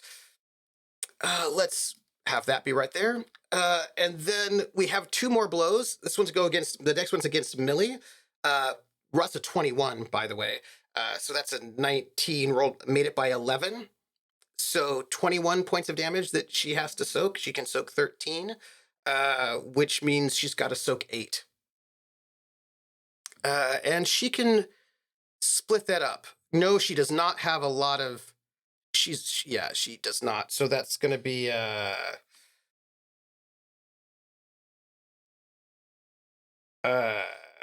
-6 to her dex. 3. No, she can do it. She can do it. She can stay up. She can do -5 to her dex and -3 to her strength, which keeps her awake, but, you know, not in a great position, like in a bad position. And our last one is going to have to go up against Crash. So that's a 14. It's going to have to take 1 damage. Okay, Crash, can you take 1? You can.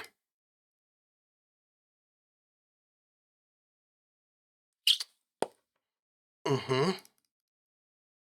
So, since our protagonists dove for cover this turn, they cannot take any actions this turn. So their turn is done. The mercenaries are going to aim. So they're at their 3. Our protagonists.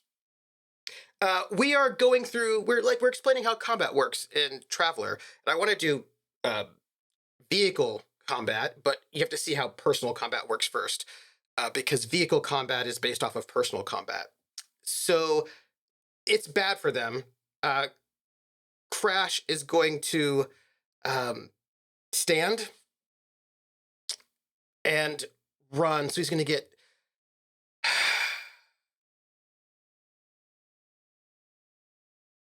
8. Yeah, he's going to be down here.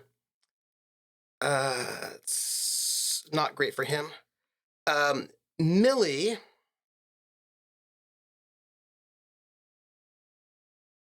He was at 18, right? And he gets to move twice, so that's 12. So actually, he's at 6. Pardon me there.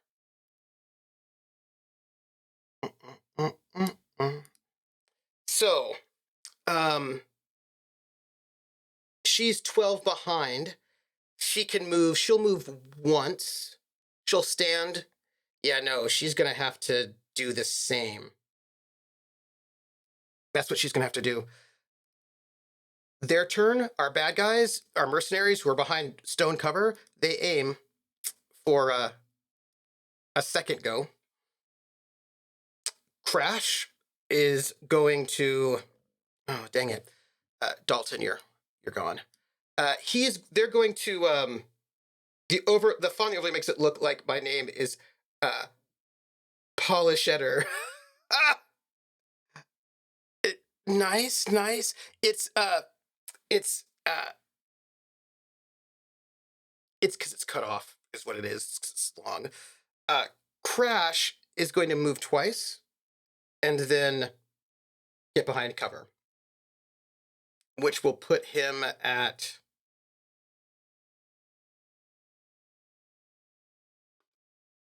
Oh, hey, actually, they can try to stealth again once they get past a lower range band, which he's going to do. He's going to move the 6, and then he's going to try to stealth.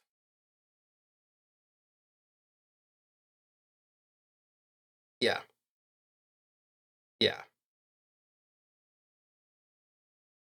Dive for cover, try to stealth. We'll note that. Millie is going to move 6. Sure, serious fail. You know, I probably should have started them off at medium is what I probably should have done, which is your default.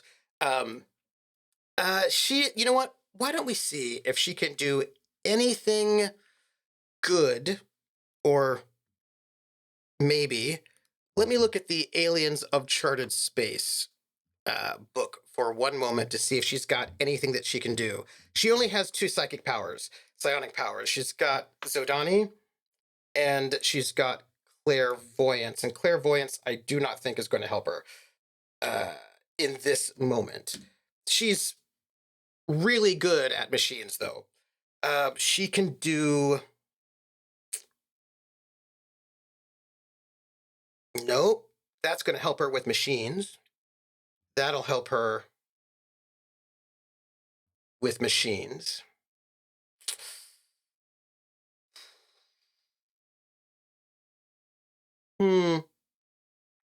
Yeah, that will not be helpful. She's not going to do that. None of that will help her right now, I'm afraid. And I think she'll do the same as Crash. Let's have them roll their stealth. Why don't we? Let's see if they can. I, however, am going to give them a boon on their stealth roll because they are like in a dense forest. I feel like that's fair. I'm gonna be fair to them. I'm gonna be kind.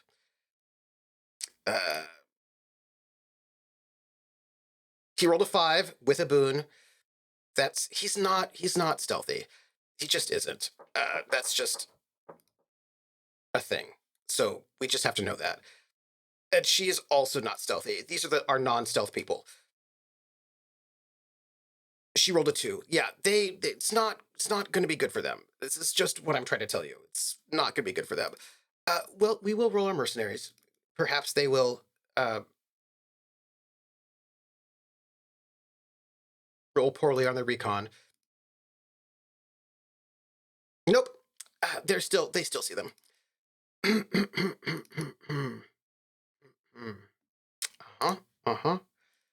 So, those are our protagonists. They're gonna die. Just so you know. Mercenaries are gonna shoot at them. 2 apiece. It's no good, everybody. It's no good. Just 2 apiece.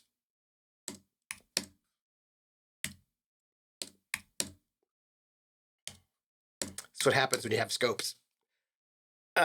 Oh, this is the wrong roll. Pardon me. Hey, mercenaries. The wrong roll for you all. Let's get your gauze rifle up there. If they didn't have a scope, it would be different. If they didn't have rifles, it might be different. But they do have those things. So, you know, that is how this is going to go. 13, 17, 18, 16. That 13?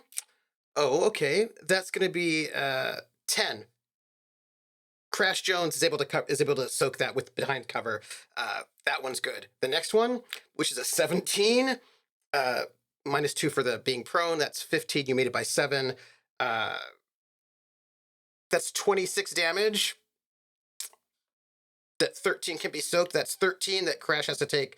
I think that Crash is done. Yeah. Crash is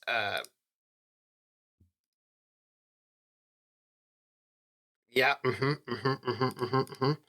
We're gonna roll for Crash. See, how that works out for him. -2. Yeah. So Crash is dead. Crash is dead. Just Crash is dead. There's no more Crash. For Millie, we've got the other 2. That's 23 -13 is 10, which I don't think she can do. She can't. So she...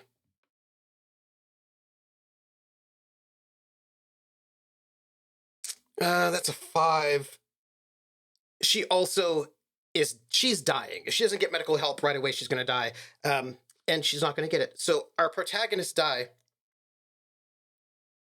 because they were caught too soon, too quickly in that conflict. Now, I think we probably should have started them off at medium, which is the sort of default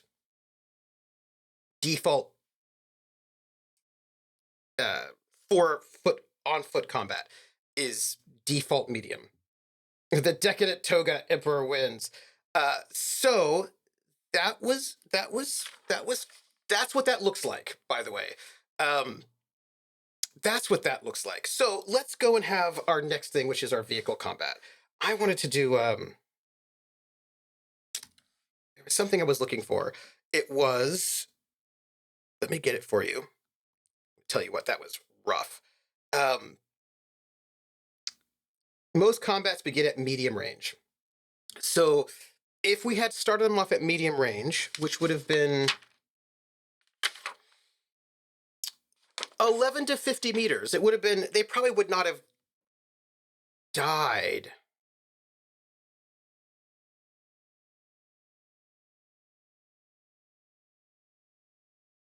Look, we could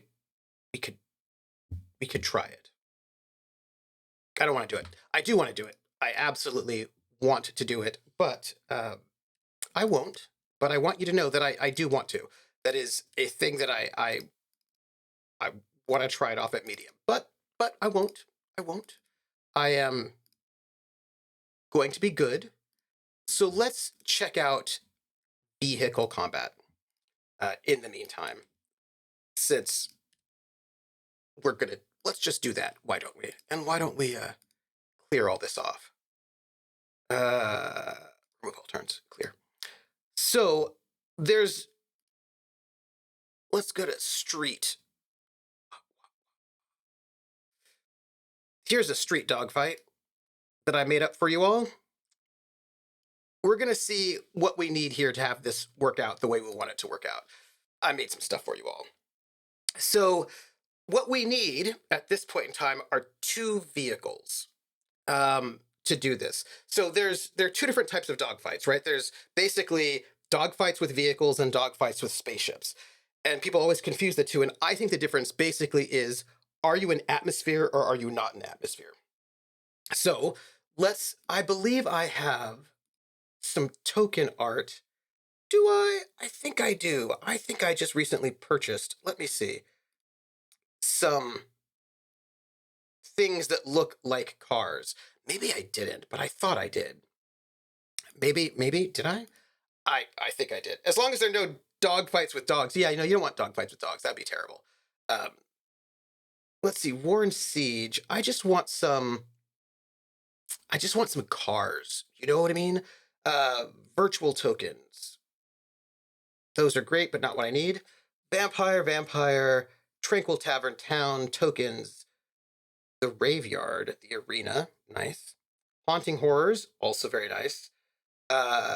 Sorcerer Sprites, Ruins, the Sabbat, Ruined Buildings, Bases, Wilderness, Urban.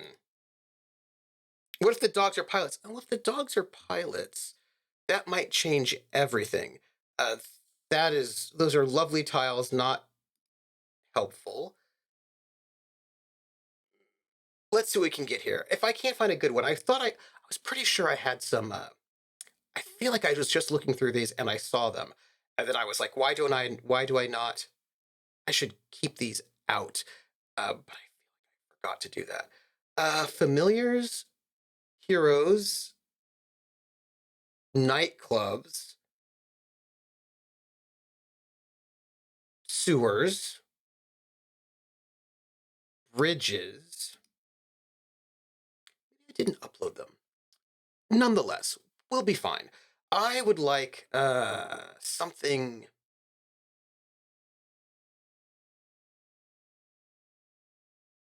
Let me see.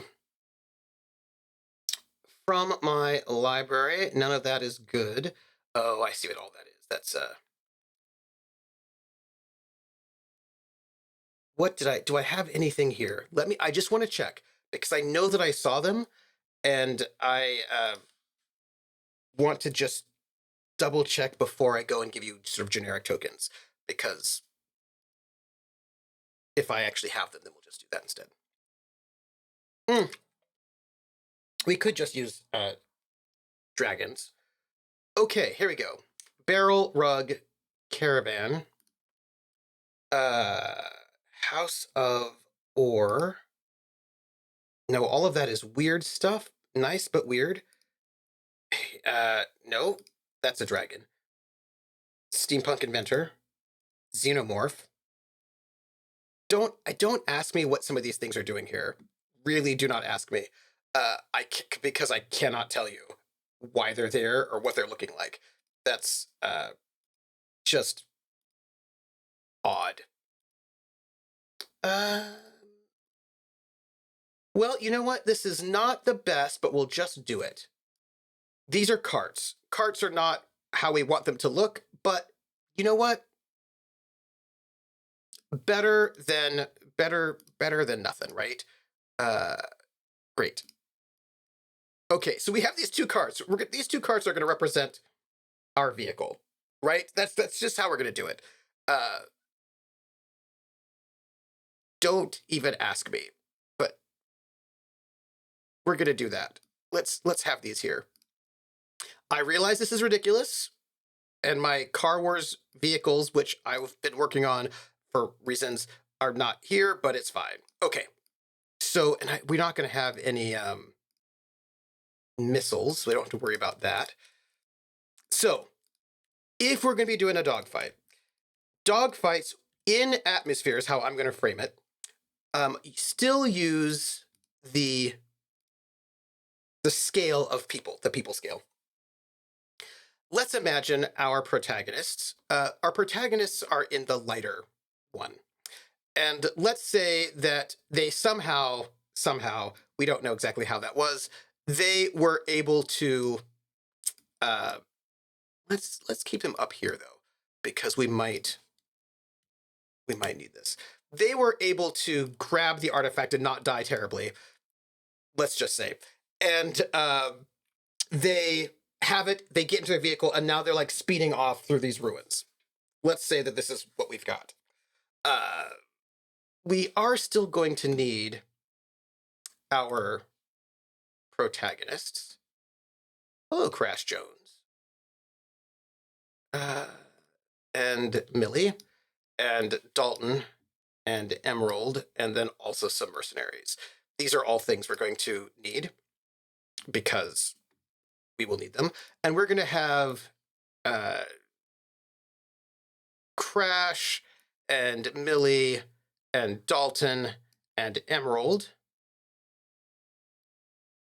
in one, and we're going to have some mercenaries in the other. This is what we got. Hello, mercenaries. Boom. Okay. So, we're going to be in a dogfight. And I should probably, you know, I should probably put them here. Let's do this. Let's see if we can do this right. So, in a dogfight, let me move all these people up here. First things first, we are going to start our encounter. Don Carnages, please remember him, Camlann. Aww. So, this is going to be vehicle combat in atmosphere. Is this one. So, we have to figure out the encounter distance for this one. Never forget Don Carnage. We didn't do animals. We could do animals later, but let me get to where I want to be. That was deadly. We'll just remember for the next time, medium on average. Yeah.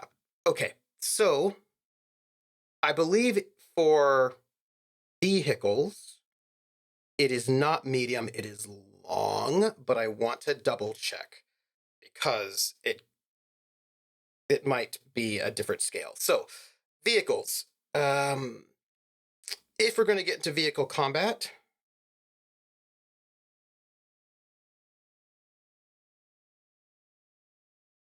we need to know our, I think it actually might be the same. I think it might be the same range. Let me just double check to make sure, but I'm pretty sure it's the same range, mainly because it still kind of counts in human range. So let's say we're at medium distance, and our heroes have jumped into their vehicle, and they're going to sort of take off. We're going to sort of keep that going.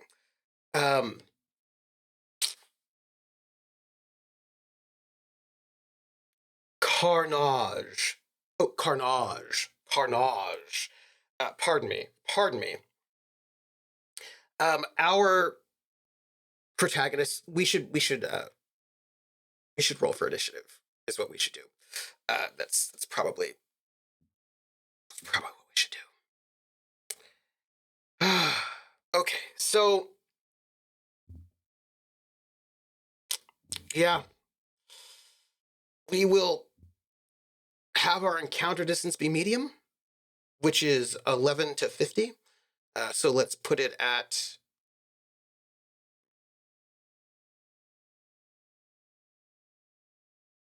1d5.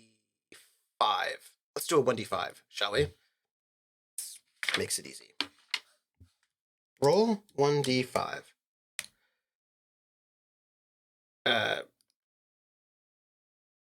Roll 1d5. Okay, we have a 3. So, oops, a 3. So we're at 30. We're at 30 meters.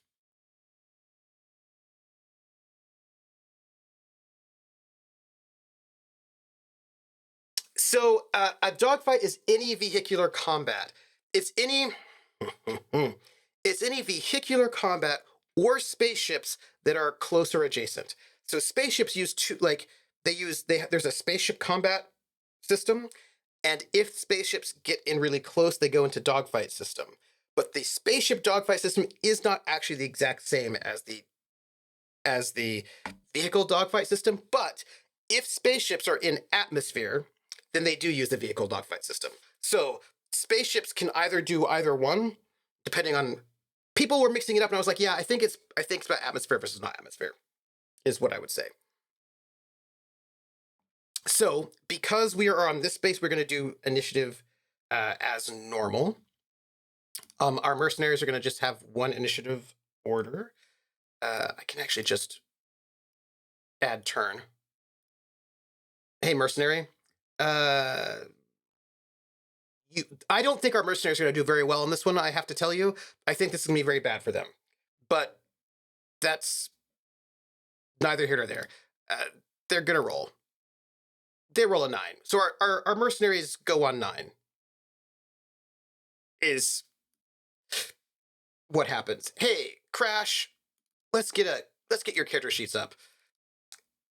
I don't think this is going to be as good for them, but well, we will see. We will see.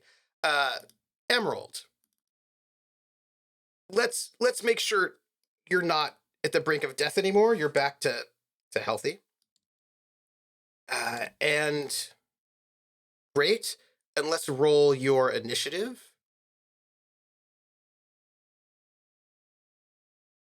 Hey, mercenary, you're so fine. You're so fine. You're hey, mercenary. Hey, mercenary. Wait, hold on. Cancel. I don't know if I've actually hit her token. Let me do this. Let's see what happens. And we'll talk about how, and I'm going to say that in atmosphere versus not in atmosphere is something that I am saying, and I'm saying it because that's the only way that these rules make sense. And I think that's what they meant to do. So what I'm telling you is what is how I think they meant for this to go. So, hey, Crash, go with your intellect, if you don't mind, for your combat. If you would. Crash has got a 10. And then, Millie, let's get you not dead. And let's have you roll your intellect. Wait, I don't think I touched. There you go.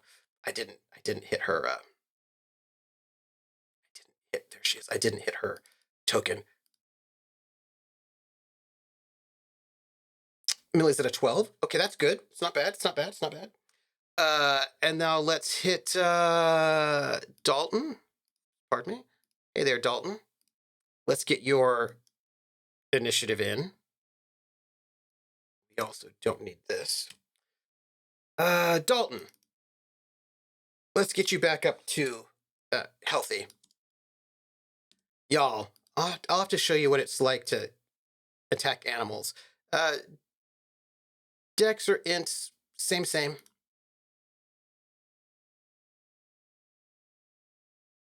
Dalton rolled a 12, but you have not added yourself to the initiative token. Why is that? Because we didn't actually add a turn. Here we go. There you go, Dalton. 12. And last but not least, Emerald.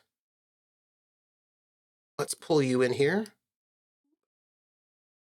Emerald. Let's please, if you would, roll your initiative. Okay. Emerald rolled an 8. And this is going to get us to start. Add. Set. Okay. So we've got our 2 vehicles, right? We start off with our initiative. We know what our distance is. Oh, you know what I forgot? I forgot that we can have one person on our side roll tactics to add. Our mercenaries are not good at tactics. They're not going to roll it because they do not want... If you roll badly, then basically whatever effect you get on your roll will add to your initiative. And they are probably not going to do well, so they're not going to do that. But Crash Jones will. Crash will roll tactics. We're not in space, so it's he rolls an 8, no bonus, like last time, but here we go. So we start. We're going to have Crash Jones. They're going to be in air rafts, by the way, everyone. Let me show you. Where are my air rafts? We're going to have them be in air rafts, which this is going to look like... Here we go. That's going to look like... I think I've got... right there. So they're going to be these... they're going to be in air rafts, which are open vehicles that hover. They're grav. And you can... they fly. They're very nice. They don't have a lot of protection, but this is what we got. So they have an agility +1. We should note that.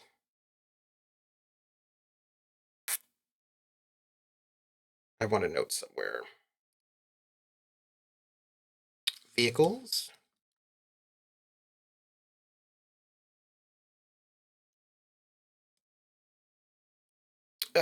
Their speed, their cruising speed is high. Their top speed is high. Their cruising speed is medium. They have a range of 1,000. This is like when they have to go and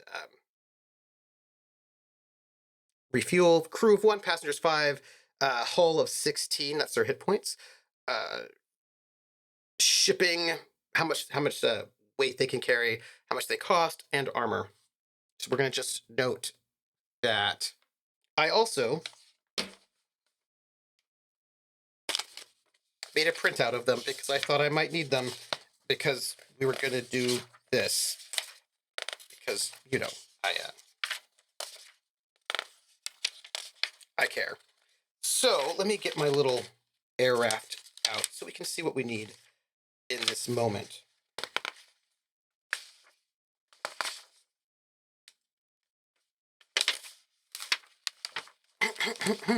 So we have our initiative. We have our distance. Now, it is at this moment, right? Our heroes have jumped into their air rafts and they're going to take off. Each person gets to take their turn. We're going to have Crash Jones flying the vehicle because Crash Jones is good on that. I will note that these vehicles do not have any weapons on them. There are no ship's weapons on this one. But you know what, though? Here's the thing. These are kind of like mercenary bad guys or whatever. Like, I feel like they should have some weapon on them because I feel like that would be really good. So let's have each of them have a vehicle weapon. Why don't we? For the sake of excitement. Let's say that they have, they each have a heavy machine gun.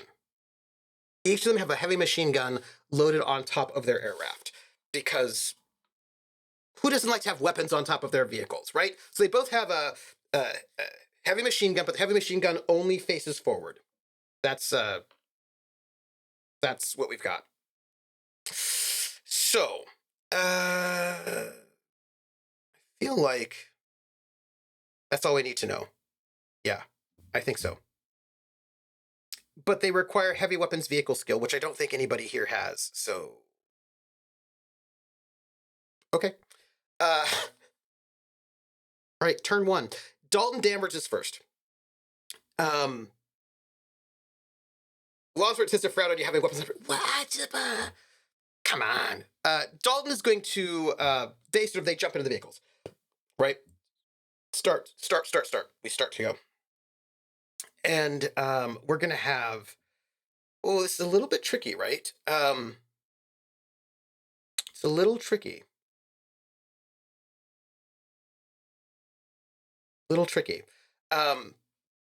So we're going to they should have just a fight with hand weapons. Classic. Oh, that is also going to happen because it's an open vehicle. So that is 100% going to happen. These are open vehicles, so they have no cover. So that's exciting. But they're at, 30 meters. Dalton goes first. Dalton is in the vehicle. Because this is open, you can attack in any direction. So we're going to have Dalton is going to go and shoot at the mercenary who is in the driver's seat. Is what's going to happen. Hey, Dalton, what you got? He's going to aim first, and then he's going to shoot. He's got a gauze pistol, which has got a range of 20, which means we are outside of regular range. So we're not going to get a bonus there, but I don't think we're going to take a negative either. No, we are. He gets a -2 for being at long range. -1 because he aimed. So, gauze pistol, he's going to shoot at this guy. Dalton, shoot at him. Go ahead. He cannot do full auto. He could, but he's not going to. He's at a -1 because of distance. He rolls a 7, which is not enough to hit. Sadly, he probably should have waited for Crash Jones to do some leadership, but he didn't. That's on him. Millie is going to...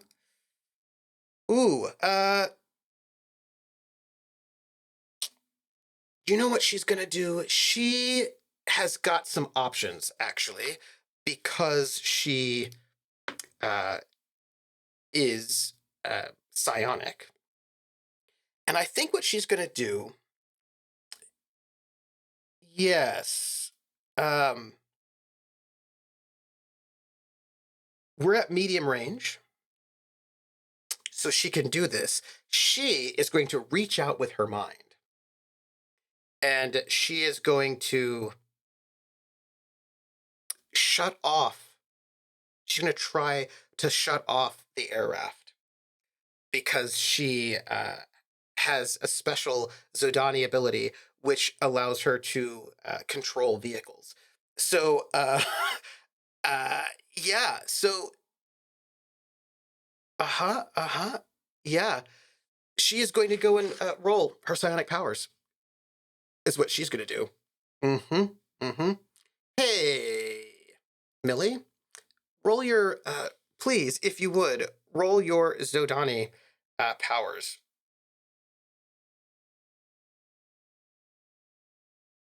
She rolls a 9. Is hacking mercenary's vehicle an option if she's got tech skills? She's at a distance, but she can actually just use her psionic. She has the Zodani have developed special psionic powers that deal with interfacing with machines, and she's a big techie. So she can use control, and it costs her 3 psi points, which she will use. Let me just roll 1d. She is going to have control of this vehicle for 50 minutes, actually. So she's hacked into their vehicle. She now can control it. Well, that's lovely. That's great. So she reaches out her mind and she says to the vehicle, she says, "Now turn off your engine."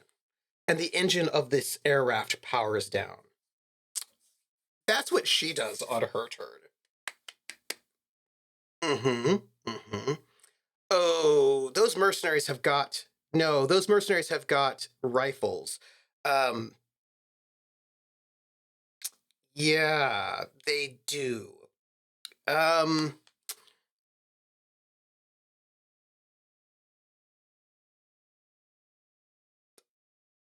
Yeah, she's going to yeah. This is a little bit tricky, isn't it? Because she could just turn it off. No, she will have but they do have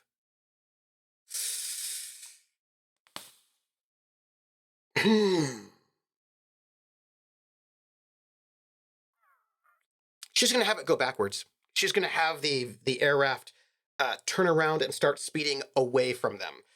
Is what she's going to do on her turn, because she can control the vehicle. Is that's what she can do. She's got those powers. So she's going to go and have it turn around and move away, because she's going to tell the vehicle, just go away from us. And let me see. So she can make it. Both vehicles are currently stopped at 0. They're not going anywhere. So she can.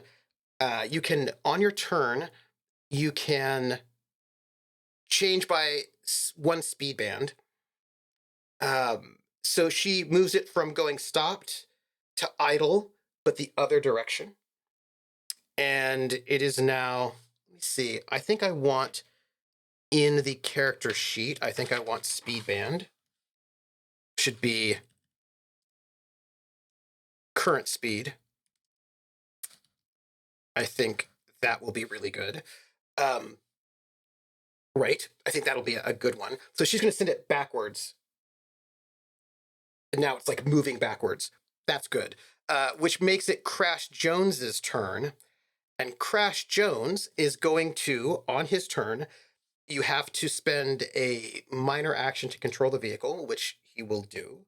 That's one of the actions he has to do, is control. But then there's a vehicular action, and his vehicular action is going to, because we're within 1 kilometer, he is going to initiate a dogfight. That is the action. It is in this game, in atmosphere, initiating a dogfight is an action. In space, it is not. So he's going to initiate a dogfight, and we have to roll. So they are currently within 1 speed band of each other, because they're both at 1. They're both at 1, so they can both do this. So they're both at 1 speed band. We'll have to want to sort of keep track of that. I think that'll be very good. Clearly, let's give them let's have this be speed band 1. And this is also not you, cart, speed band 1. And we're going to go and do, he's going to do his dogfight roll.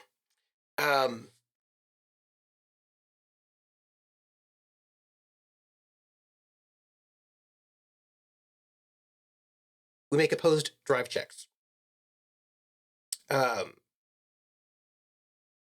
With the vehicle's agility as a bonus. So, Crash Jones, why don't we have you roll Flyer, Grav. This is you. You get a +1 for the agility. Crash Jones, you rolled a 5.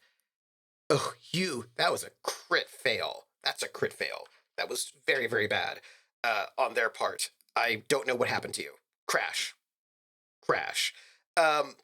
Mercenaries are going to have to roll. Mercenaries do not have this skill, so that's bad for them.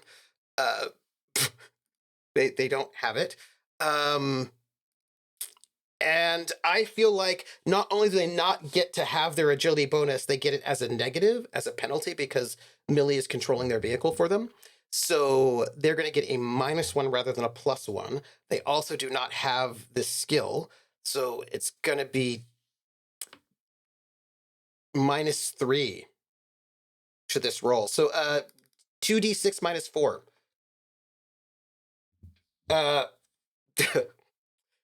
-4, that's a 4, which means Crash Jones did beat them.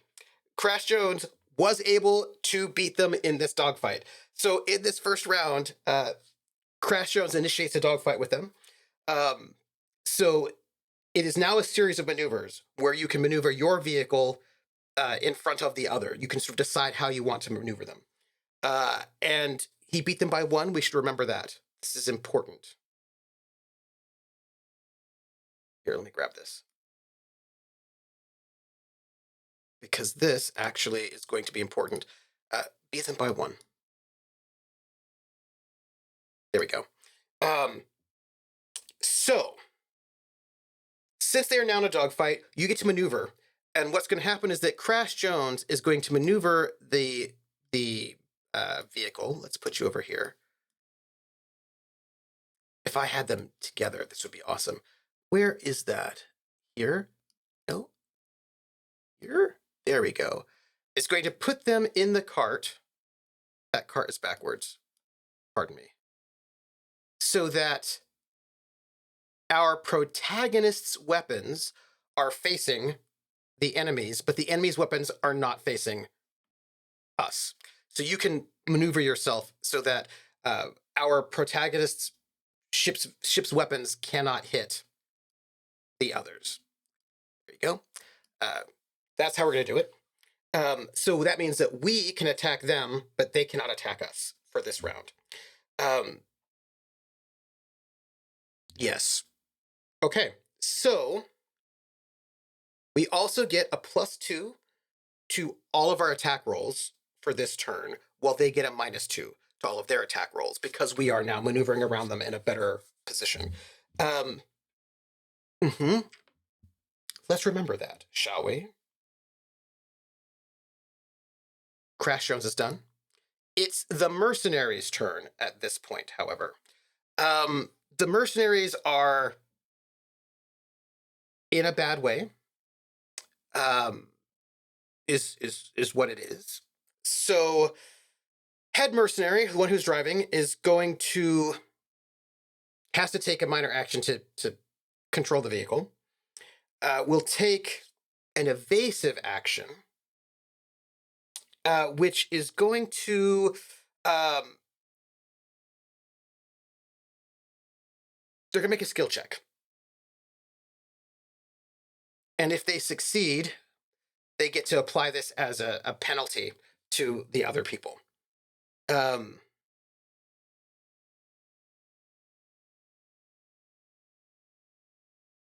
don't think it's going to be very good for them, though. So they get to roll a 2d6, but they don't have the skill. So they're at a -4. So that's a 3.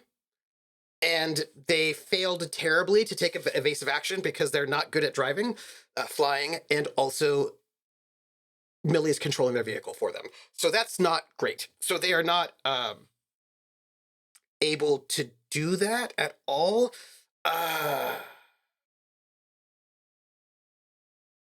Yeah. No. Nope. That's the driver. We've got 3 other mercenaries. And the 3 other mercenaries are going to try to attack. Well, they cannot use the ship's cannons because they're out of the dogfight, but they can't do it. So we've got one of the mercenaries on the ship's cannons, on the light machine gun, and we've got 2 mercenaries who've got their rifles, and so they're going to shoot with their rifles. They're going to aim once, and they're going to then. They're not going to aim. I think they're just going to start shooting. They're going to go full on automatic, is what they're going to do. Their gauze rifles have automatic 3, which means they can take 3 shots, and they're going to do that. Both of them are going to go and just like fire willy-nilly and hope that they can hit some people. 3 attacks each of them. No aiming, no scope. At the people in there, they're going to just go for like, hey, who can we see? And actually, sadly, oh, it's not good for them, is what I'm trying to tell you. Just,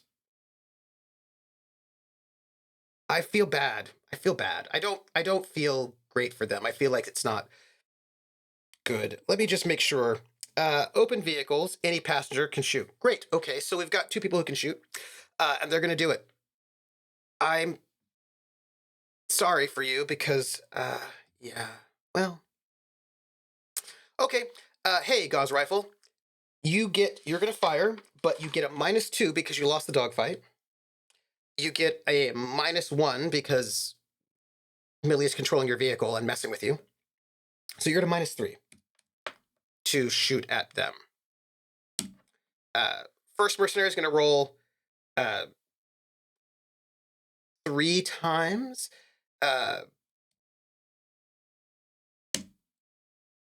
We'll just see how that goes. Spray and pray is what we got here. First mercenary. Miss, 1 bullet might hit. And we're going in order, Crash, Dalton, Emerald, right? So that first one might hit Crash. But...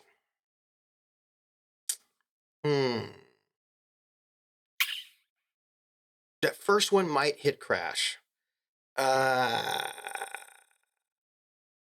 Crash can... Crash does not want to get hit. Crash could dodge. Crash is going to dodge. Crash, do you have a good dexterity? This is my question for you. Do you have a good dexterity? Your dex, yes, you do. You have a dex mod of 1, which is enough.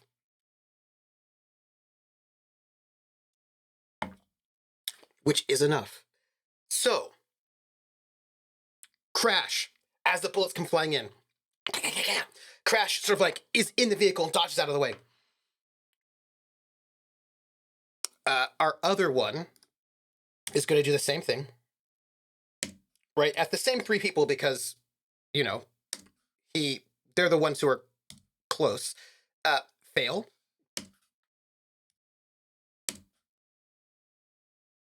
Fail. Wow. Sucks to be you.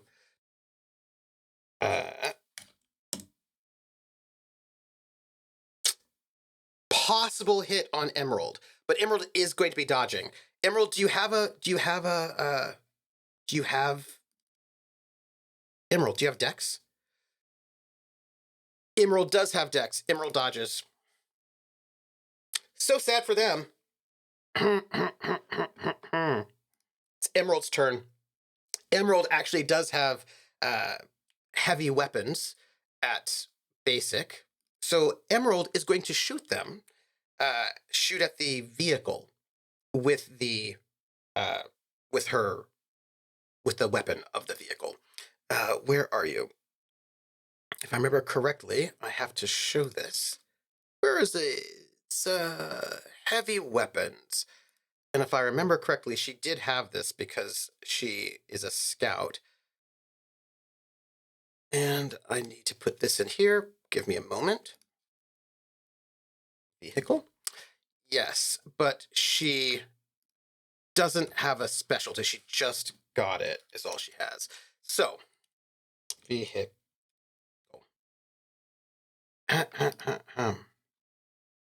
She's going to shoot at this vehicle. She has got, if we remember correctly, +2 because of the dogfight, and she's got another +1 because of the dexterity of the vehicle. So that's what she's going to do. She gets a +3.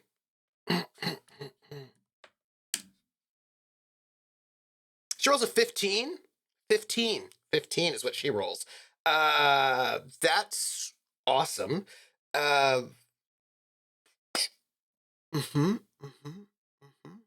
She rolls a 15. Let's roll 4 dice for damage there. 18 damage. So let's talk about this. She's shooting the air raft itself, and she's hitting the side of it. But let's look at damage for this sort of a thing. She just did 18 damage to this. Hey, Rabu Plays! It's a bangarang raid. Oh, hey, welcome in, raiders. How are you? Welcome in. Wait. We have a raid command. Wait. Raid. It's not a raid. It's not a raid. Welcome in, raiders. Right now we are testing out vehicle combat in Traveler, and welcome in. What were you doing? Tell me, what were you playing before this? We are dealing with. Oh, by the way, there are 6s in that. Yeah, that's it's bad times for them, I think. Fortnite, nice. I appreciate that. Were you winning? Did you win?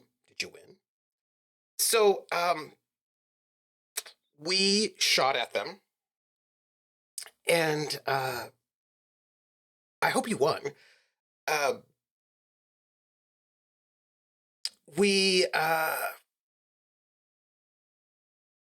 Yeah.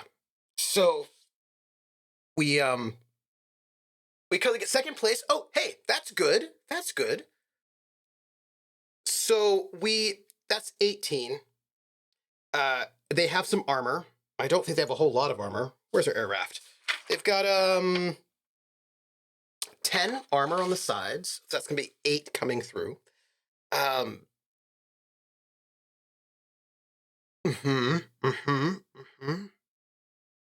So that's gonna go against their hull. And the air raft has a hull of, what is your hull? 16. Let's put this here. Hello.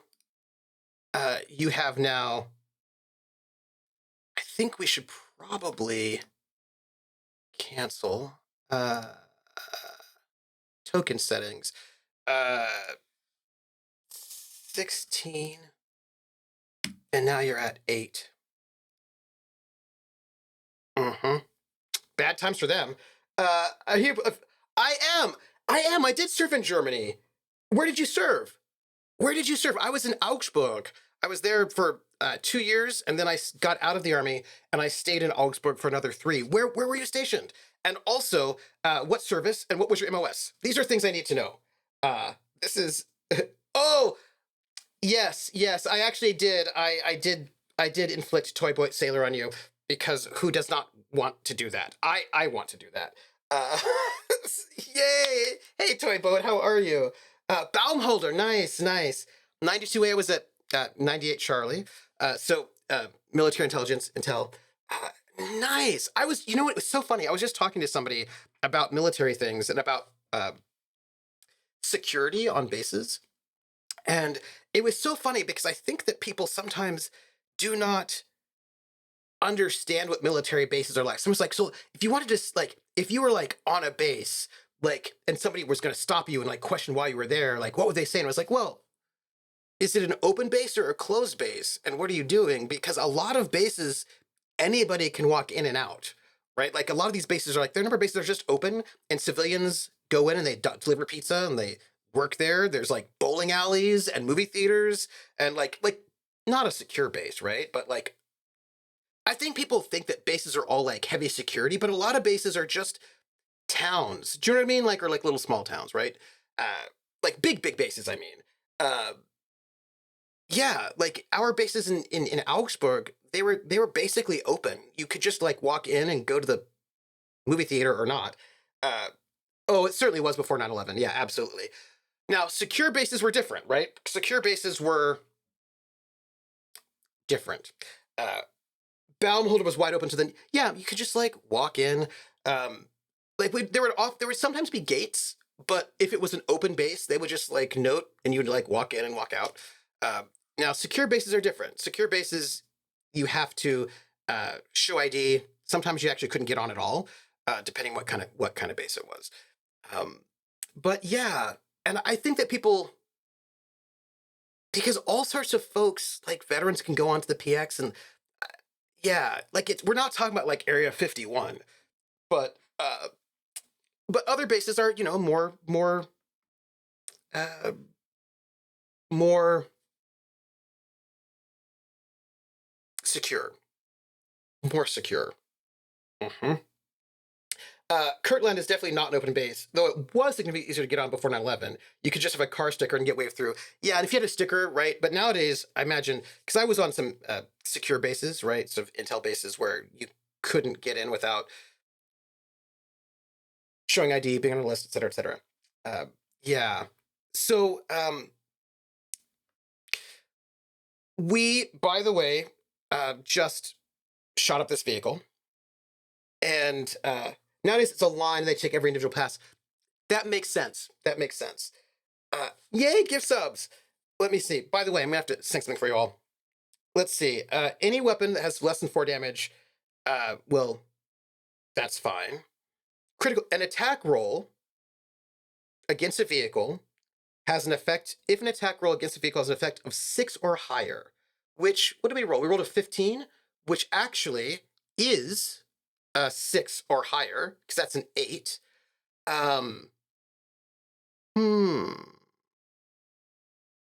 That's a 7. Hit by 7. This is good to know. That's a critical hit, by the way. We used to go to Rammstein Air Force Base all the time to go shopping. Yeah! Oh, Air Force, they have got nice bases. Josh says, growing up, my dad served at Elmdorf Air Force Base. A sticker of us through, and they had the best playgrounds. Right, that's the other thing, too. Like, there are people who have, like, their kids and, like, their spouses. You would usually have to have, like, some kind of check, but I imagine it's different after 9/11, though. Kirkland hosts both a nuclear research lab and a military research center as one of, if not the base with the largest daytime civilian population in the U.S.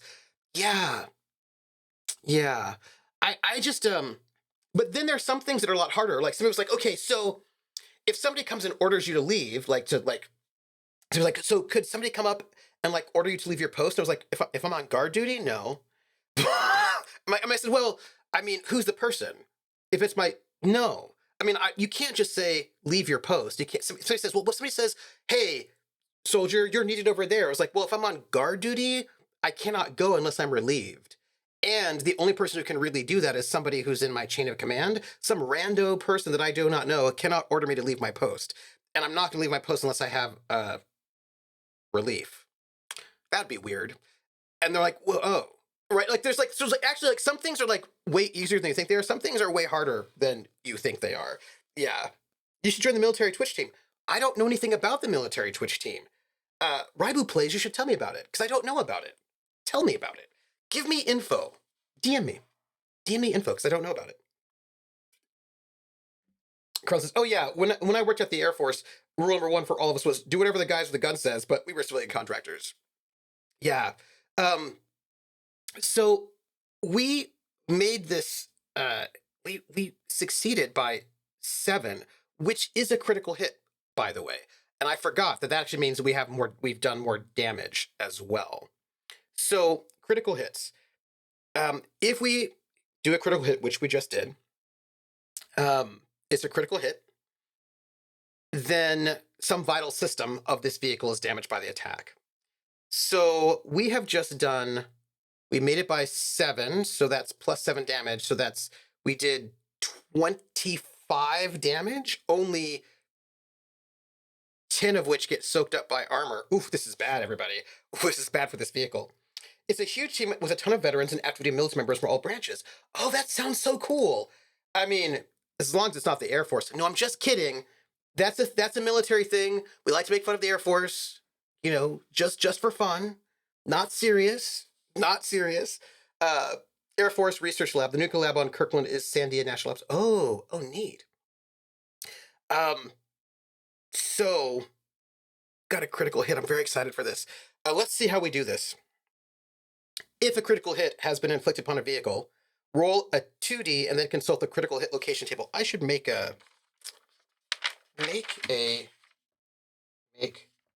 crit hit.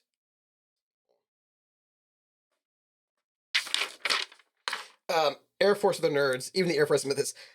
It's just, look, here's the thing about the Air Force. They have the nicest food and the nicest bases because they always build the landing strip last. And so then if they run out of money, they're like, well, we need the airstrip though. And so then they usually get more money. that's a thing. That's a thing about them. I'm just going to note that. Let's roll 2d6, by the way, and see how this works out for them. 2d6. A 10. A 10 is the drive system. This is so bad. Yeah, okay. So the severity of the critical hit is equal to the effect of the attack roll minus 5. So that's 2. Consult the critical hit effects table to determine the nature of the critical hit and how it affects the vehicle. Any extra damage caused by the effect of the critical hit ignores the vehicle's armor. So if a vehicle's already sustained a critical hit to a location that receives another, severity +1. So drivetrain, 2. All checks to control the vehicle suffer from a 2, and speed is reduced by 1 band. So now this vehicle's now down to 0. By the way, it has only 1 hit point left in its hull. That was Emerald getting her chance to go and do stuff. It was a great meeting you. Oh, by the way, did you send me a DM with the information about the military team? Because you should send me a DM so I can know where the team is. Otherwise, how will I know it? Thank you very much. Thank you very much. So this light machine gun just rips into this vehicle and takes it from 16 hull points down to 1, and also injures its drivetrain. And we need to have that as a thing. Crit table. We need to have that. Yeah. Yeah, that was bad. That was bad for them, not for us. For us, we're fine. I think we're okay. Yeah. I think that's going to be everything for Emerald. I think so. Yeah. Mm-hmm. Yeah, so every time let's see, a vehicle also have its components degraded through sustaining constant damage. Every time a vehicle sustains damage equaling to 10% of its starting hull score, which it just did, roll 2D. We get to roll 2D again, actually. We rolled a 2. And let's see. We need to sort of make notes of sustained damage. So, fuel. We get a +1 critical hit location on the fuel, which means it's now leaking fuel.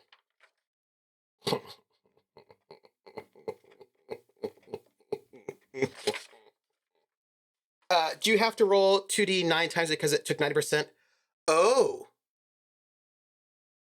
Well, let's see. Technically, what it said was every time a vehicle sustains damage equaling to 10% of its starting hull score, then yes. Yes, we do.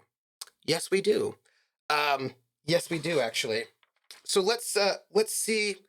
I want you to know that I'm going to have to fill this out. We're going to have a thing that is going to be like, we have to add this to the character sheet, the vehicle sheet. This is what we need to do. Yeah, I agree with you. It is. So let's do that. Why don't we? So we've done 1,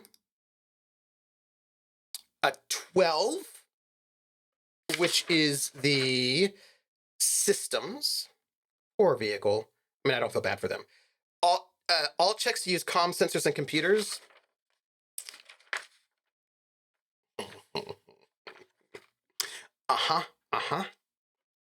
I need a table. We need to add this to the vehicle character sheet is what we need to do, because this will I know how to do it. I've seen a spreadsheet that does this, and this will be fine. So systems are at 1, fuel is at 1, drive system is at 2. Oh, we've done 2. I'm gonna make a rollable table for this. 6 is poor thing. And critical hits take a lot to repair. Like, it's repair damage, which is really bad. Oh, its armor is now damaged. Side armor is only a 9 now.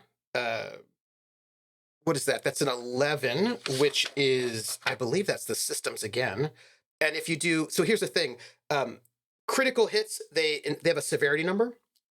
And if you hit the same location again, the severity goes up. So now the systems is now to severity 2. By the way, this is real bad for you if you 1, 2, 3, 4, 5. We've done this 5 times. This is real bad for when it comes to repairing. This is what that is. 4 for our 6th roll, and 4 is the power plant.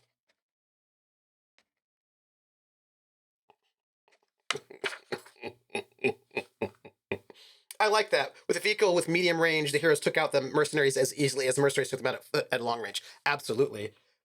We have 3 more to go. Just find out how that goes for us. Oh, that's another 4, which is the power plant again.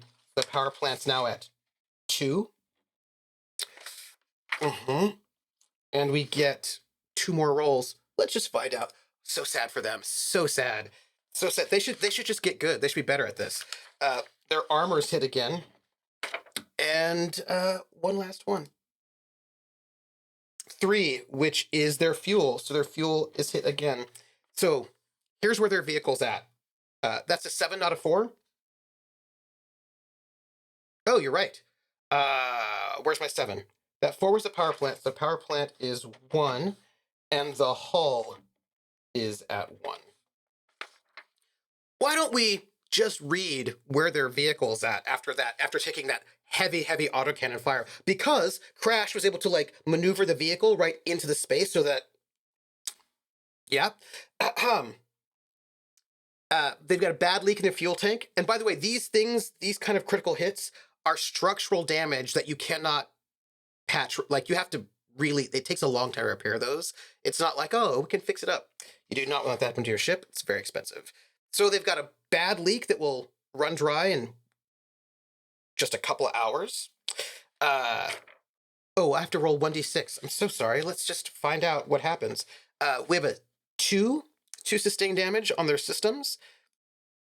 We rolled a 3. And they no longer have any sensors. Their sensors are out. Their drivetrain, well, all checks to control their vehicle are 2 harder. Their armor, roll 1d6. Their armor is on the side is now permanently reduced by 5.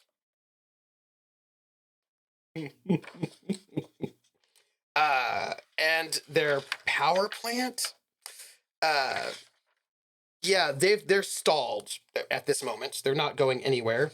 And also, the vehicle suffers 1 more D of damage for getting the hull, a critical hit on the hull, which ignores all armor, and that vehicle's dead. The vehicle's dead. The vehicle is dead. It's done. That's it. It's dead. Dead vehicle. Mm-hmm.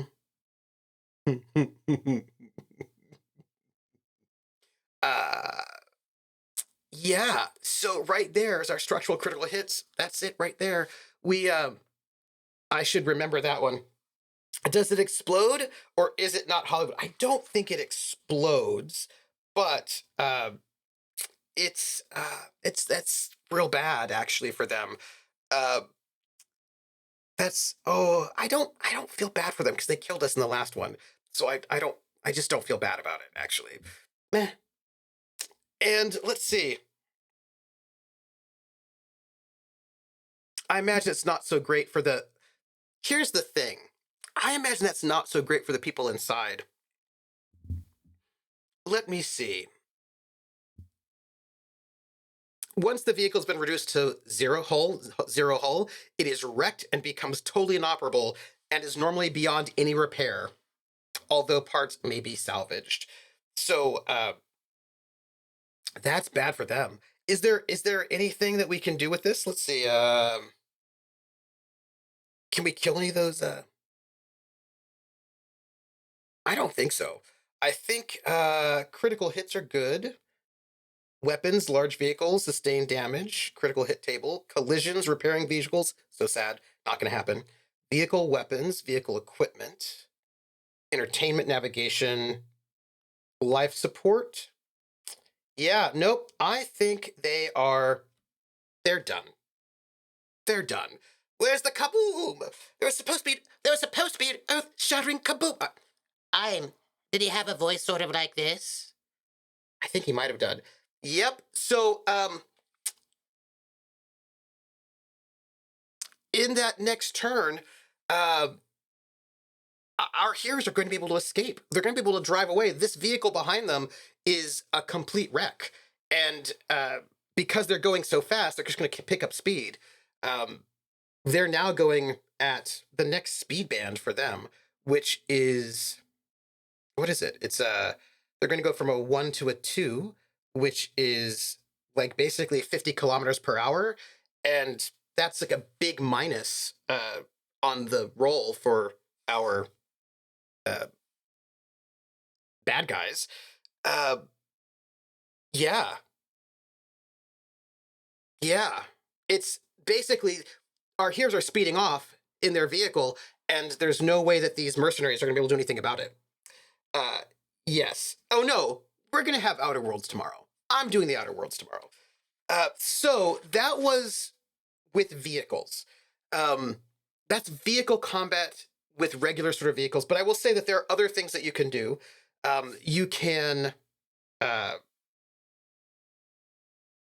there's going to be there. So I will say that there are some other things to note that you can do in this moment. You can evade, which they tried to do, but they were. I mean, look. Here's the thing: Millie Bullock is not great in that kind of combat, but she can just take over your machines because she has those psionic powers. She's like, no, you don't get to do those things. And assuming that the mercenaries are not violently thrown from this uncovered vehicle, yeah, I think that I think they're not okay. I think that they are thrown out from that vehicle and it's no good for them. Yeah, yeah, yeah, because they have no cover and it's bad for them. And I love that. So that was bad for them. So look, this is what we've learned. We've learned that we want to sort of update this character sheet to include their locations and structural hit points. I think that'll be fine. Yeah, I'm gonna update that character sheet for the vehicles to make it better. And I also think there might be might be a thing, right? There might be a thing. Oh, that was so sad for them. I'm not sad about it though. Now, there are so here's the thing. People have misunderstood. Now, if we're going to have the Camlann Viper come in, they're going to use, because the Camlann Viper is flying in but still in atmosphere, it's going to be using these rules. So that's going to be the thing we're going to have to be dealing with next week. I wonder.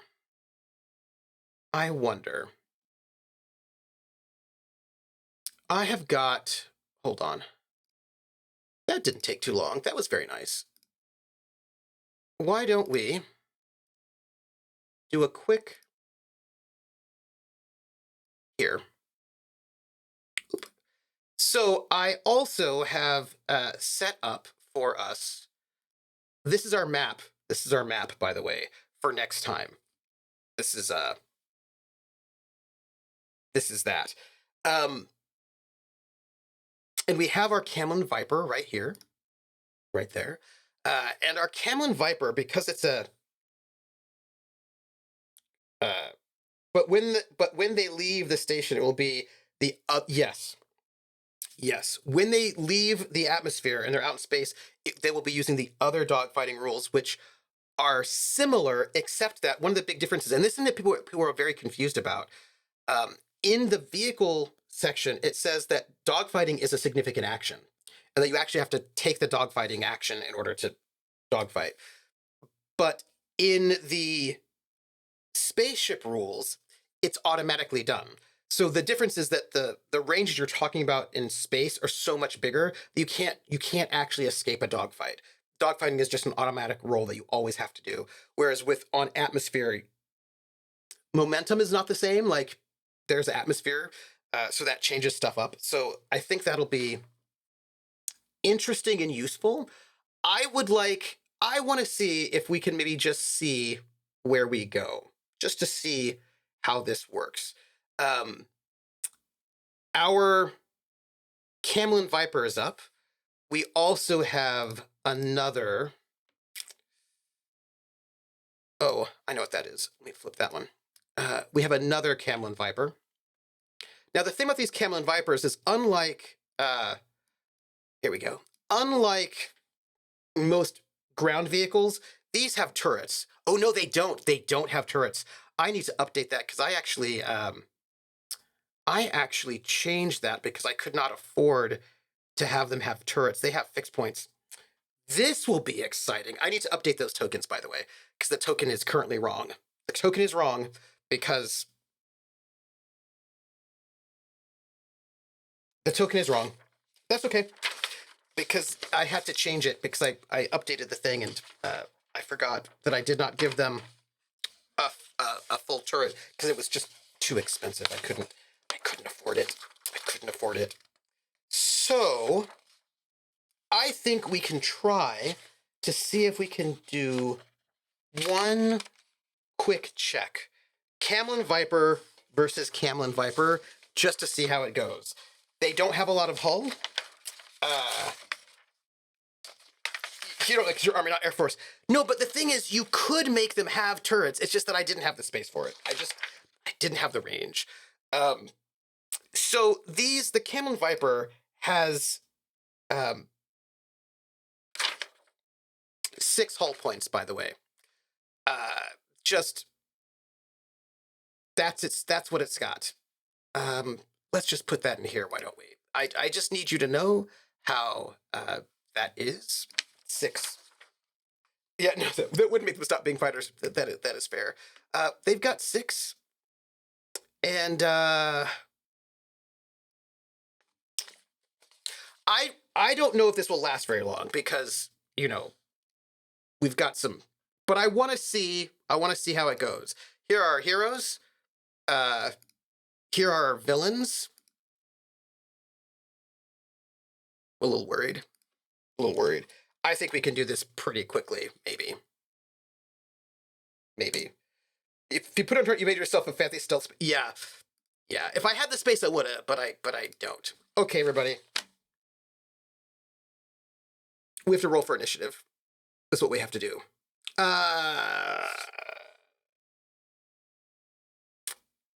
We're going to assume that the people in the other ship have the skills necessary in order to use the ship, so they won't be at -3, but again, you know how it is. Yeah. Yeah. Well, let's start it, why don't we? Let's do some initiative. This is still, we're still using atmosphere dogfight rules, so everybody gets their turn. And this is closed, so there's not going to be a lot of civilian firing. So basically, only 2 people are going to be able to shoot. That's what I got for you. Let's do initiative. We're gonna need some tokens. Let me clear these. Remove all turns. Great, clear. Great. Let's have our turn label come in. They only have 6 hull points, by the way. Just for the record. 6.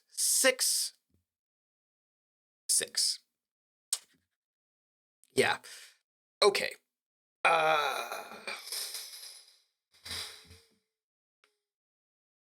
I'm worried, but I think it'll be fine. They're both going at they're both going fast, let's say. So they're both within the same range band. Let's say 6. And they've got 6 hull points. That's it. They don't have a lot of. Oh, okay. I'm a little worried. Dalton is flying because oh, actually, I think Emerald should be flying because Emerald is better at small craft, while Crash Jones, not Dalton, Crash Jones is better at larger ships, whereas Emerald is better at smaller ships. So we're gonna just have that be the situation.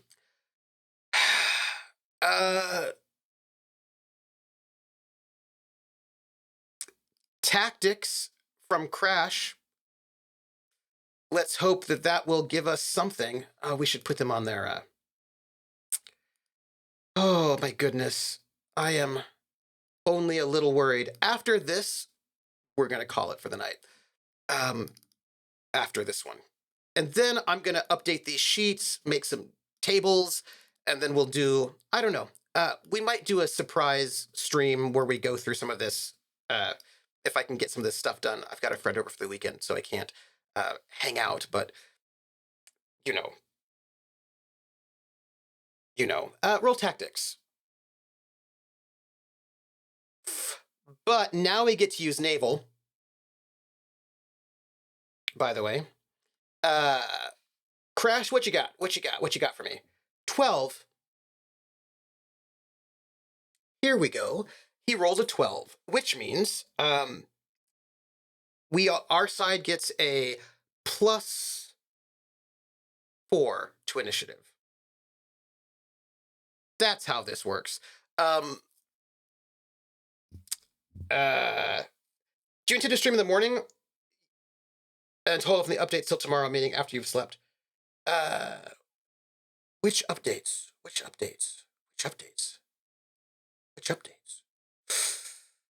Oh, you mean like I put my post-stream stuff? Probably. They're just gonna get a +4, everybody, to all their stuff because they rolled really well. I was pretty. Oh, fine. What did I roll? 14. Yeah, this is gonna work out well, I think, for them.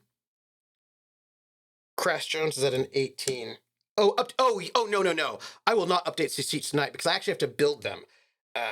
Yeah, no. I have to actually rebuild these sheets. This is not a, because I did not make these sheets. It's about going in and using like HTML and building sheets that work well, and that'll just take a little bit of time. A little bit of time that is not for tonight. Not at all for tonight. At all. let's just add a 4 to that. Emerald's at a 15. Look, I have to let you know that the air raft had way more armor than this vehicle, so you know. Oh no, I'm not going to go down the rabbit hole. I will not do it because it's. I have to really really think about this too. So it'll be way more. 10. Dalton rolled terribly. We've got Emerald, Crash, Dalton. We need Millie, who I don't know how she's going to do this time around, actually, because again, not the best. Oof, she rolled terribly, an 8. I forgot something. Everybody gets a +2 because of this ship. Things I wrote down. But here's the thing. I think the other side gets it as well, so I'm not too worried about it. Hey, mercenaries. How are you? We're going to roll for you. We're going to roll initiative.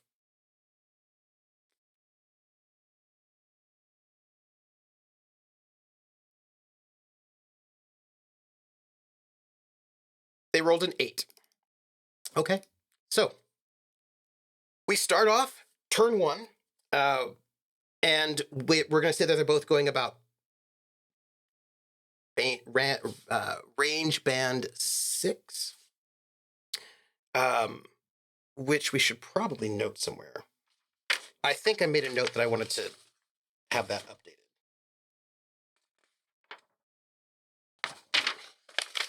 If I didn't, I'll write it down here. Range band. We need that for vehicles. Okay, so, oh, hold on.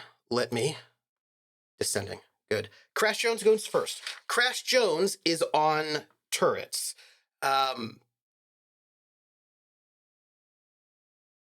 But at this, he's going to delay until Emerald takes her turn. Emerald is going to, first things first, she's going to control the vehicle, and then she's going to do dogfighting.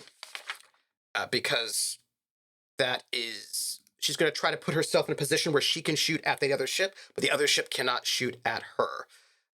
And that is going to be her pilot, small craft. She gets I don't think she gets any bonuses. No. She does not. She does get, there is a bonus to evade and fire control, but I think we need to just remember. So I don't think she gets any bonuses right now. So she's just going to roll. Remember, we're still using the systems for atmosphere. She rolls an 8, so she makes it exactly. Our mercenaries are also going to roll.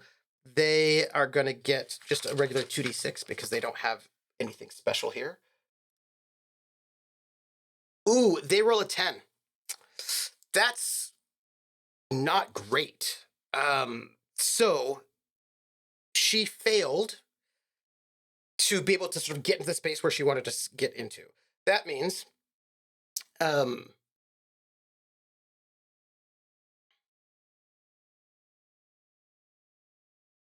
winner may choose to place their opponent's vehicle in a fire arc of their choice, may choose which of the opposing vehicle's fire arcs their own vehicle lies in. So, yeah.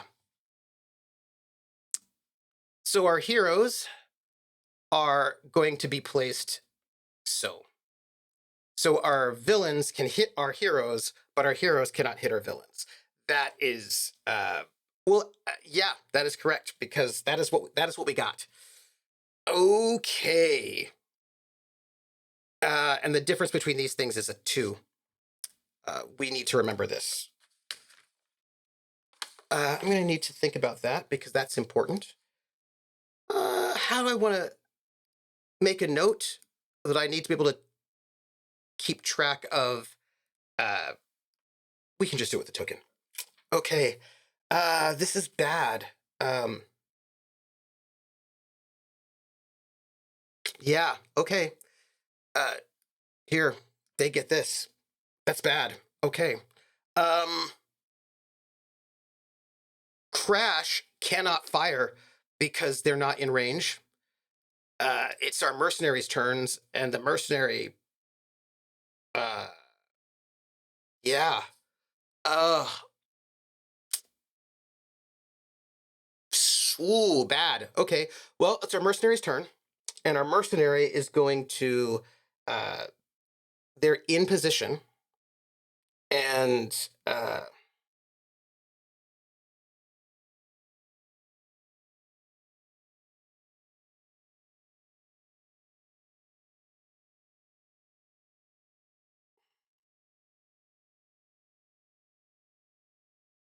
they're going to shoot, right? That's what they're going to do. The villains are going to shoot at our heroes.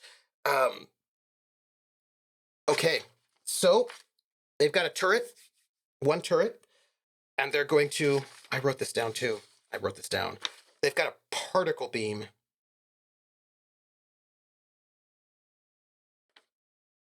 Judy 6, my friends. Oh, it's they rolled a 5. They get a +2 because they won the dogfight. So that's a 7, but that is not an 8. Lindy, we're just gonna see how this goes, and then we're calling it for the night, and then I'm gonna go and do work during the week. So we do have evasion and also fire control, but those things should probably actually just balance themselves out, so we're good.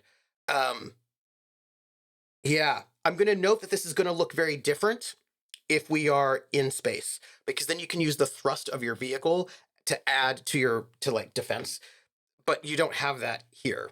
So just for the record, once we get into space, dogfights look quite different. So that's that. They've gone. I feel like I should have my like dangerous music going on right now. Okay, so we're back up to the next turn, and oh, we have 2 mercenaries. One is going to they're in the dogfight now. They're in a big position, so I think they feel good about it. I think they like where they're at. I think they just sort of control. Yeah, yeah, yeah. It's bad. It's bad times. Um, our we need to roll better. Crash Jones is going to do leadership. Is going to do leadership, I think. Dalton, who here could fire? Hey, Dalton, can you fire a turret? Do you have turret skills? Gunner, turret. Okay, Dalton, you're going to go and take the turret right now. Crash Jones is going to do leadership while Dalton's on turret and Emerald is flying. Crash, do leadership. Because that's what you got. Leadership.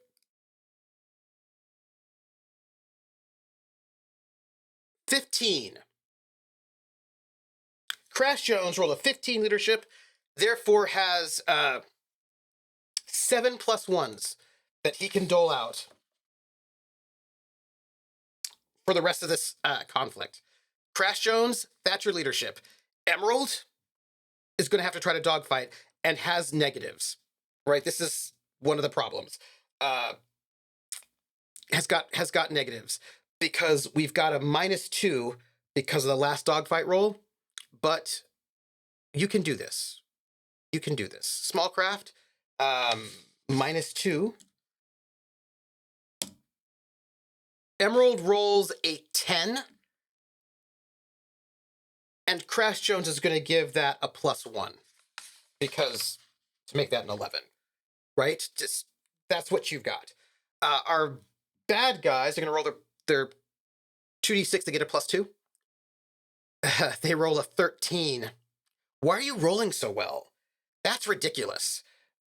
That's ridiculously bad. I wow. Wow. Okay. Well, yeah. Yeah. Uh so 13 versus 11 still the same. Okay. Crash Jones is gone, Emerald is gone. The mercenaries get to go. The mercenaries are going to keep where they're at, and they're going to fire. They have got their regular. They've got their regular turrets. They're going to get a fire control +2. So they roll 7, 9, 11. They roll 11 to hit. So they make it by 3. We do have evade, which is going to reduce that. So they only make it by 1.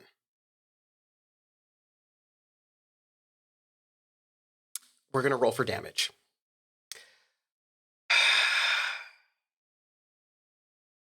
Okay. How much damage does our particle beam do? I think it does 3D. Particle beam, where are you? Here you are. 3D. Let's roll it. 3D +1 for the 13 damage. 13 damage. Okay. So 13 damage.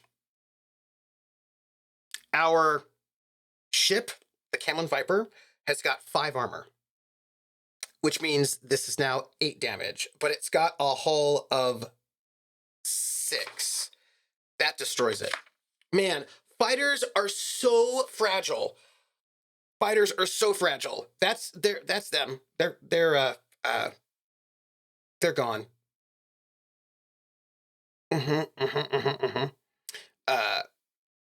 Yeah. Yeah. So I will note for the record, yeah, fighters need to dodge. And dodging is you've got your hold on, let me think.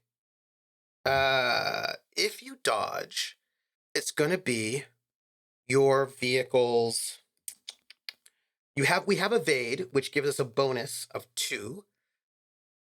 And can you do a reaction? If it's regular combat rules, you can dodge, right? Which would give what? Should be a dex, which would probably have to be your vehicle's agility. But spaceships don't have agility. Vehicles have agility. So what does that mean? Let me think. Let me think about it. Let me go over to, because here's the thing. These are spacecraft. Oh, space combat, starting a battle. Dogfighting. Let's see what it tells us. Reactions, but that's for space combat. Dogfighting.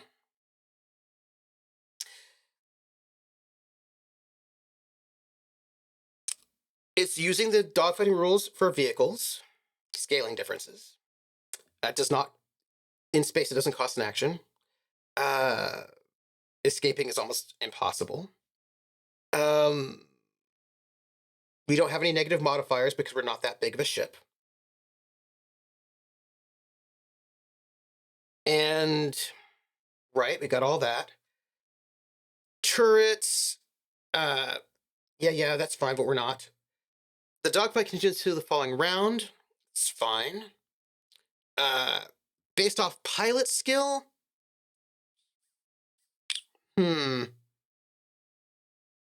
Dogfighting vehicles should get some negatives. That's fine.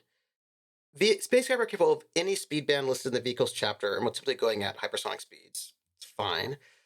Dogfighting and distant enemies.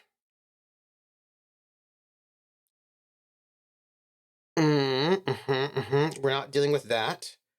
Boarding actions we're not dealing with. So people can dodge. And so here's the thing. Vehicles take regular people combat rules, not the space combat rules. And regular people can dodge, and when you dodge, you impose a penalty based on your dexterity modifier. And a vehicle has an agility score. Aircrafts have an agility of 1. But what would your agility be if you are a spaceship? Based off pilot skill. Krellin, I do like that. I like it.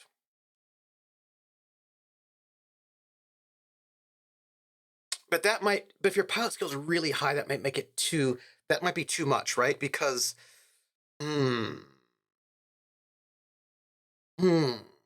gonna have to research this. Dodge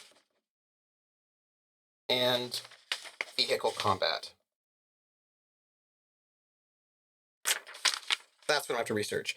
Maybe with the limit of evasion, if that's a thing ships have. Well, evasion is a program, a computer program that most vehicles don't have.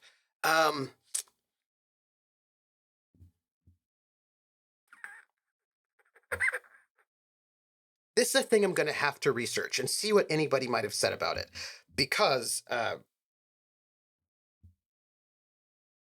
yeah, because that's going to be the thing, right? Dodge, vehicular dodge. We're gonna have to check that out. So first off, we just did that. Do they have maneuverability thrust? So in space combat, thrust helps with dodging. In space combat.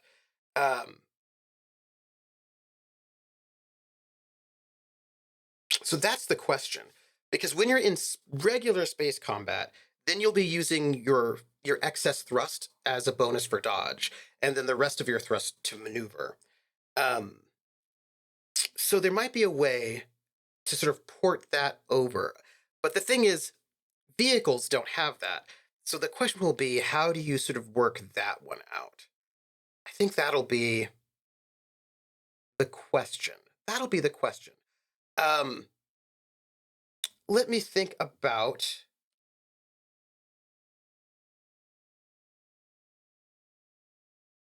Yeah. I want to think about not combat maneuvering. Yeah, because all of these things, there are a bunch of options in space combat, but if you're in Atmo, you're not doing that. So I'm gonna have to think about this. Think about what you're doing when you're in dogfighting in terms of evasive action. I'm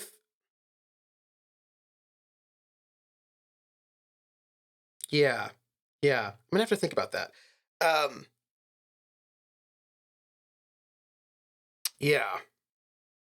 That's what I'm gonna think about. Evasive action. When a ship fires at another, it declares it's going to take and selects a target. The target may then choose to perform evasive action. But evasive action, the traveler and the gunner. Evasive action. Let me think about this. Any remaining thrust can be used as a reaction to dodge incoming fire. Yeah, Mongoose yesterday says vehicles are typically not maneuverable enough to dodge, right? This is what, and also we're in atmosphere, and I think it's a little bit too close. So, yeah, and there is evasive action as an option, but that's a significant action when you're in dogfighting in atmosphere. So I feel like that's a little bit different, right? Let me think about this. 171. Gonna give it a look. Evasive action. These are reactions, just as another form of combat. Those on board can do reactions. The pilot of a spacecraft may dodge an incoming attack so long as the spacecraft has unspent thrust after movement and combat maneuvering. Each point of unspent thrust will allow the spacecraft to attempt to dodge one attack. It attacks suffers a negative DM equal to the pilot's skill. The problem here is that you're not using thrust in dogfighting rules. You are... Yeah, thrust doesn't matter. What matters is your range band might matter, but you automatically can go up, down, up or down 1. So I think that they're dead. But jet fighters might be an exception. If your jet fighters are still vehicles, that's the problem. They're still vehicles, so they still follow the vehicle combat rules.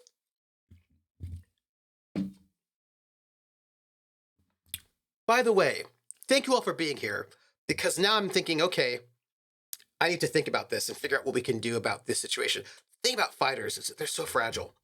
And our fighter has 6 hull points, and your standard light fighter has 4. And also not as much armor. So I am going to ponder this between now and next Friday. Y'all, this is the end of our stream. This is the end of the stream while I sit here and ponder how we're going to go and think about this. Because really, it's all about not getting in your dogfighting range. As a show, I do think it would be justified to give the players a chance to skill themselves out of it. Yeah, but I want to see what's available here. Think of the tension. And the thing is, it's about... Here's the thing. There are 2 cockpits. The Camlann Viper has 2 cockpits, which means it can have 2 pilots. And each pilot can attempt to make this dogfighting roll on their turn. That's the thing, right? Because there are 2 pilots, you could try to do it twice as an act, right? Because that is an action, and there are 2 cockpits in this one. Which, if that were the case, right? If we have both, let's say we have both Crash and the Mercenaries, right? As pilot, on piloting duty. That means you could go twice. You could theoretically try to dogfight twice. Or evade. Right? So that could mean that when you evade, which is a significant action, you can... Let me look it up, because this will be important. Come here, vehicle combat. Where are you? Where are you hanging out? Here you go. If you evade, the evade action allows you to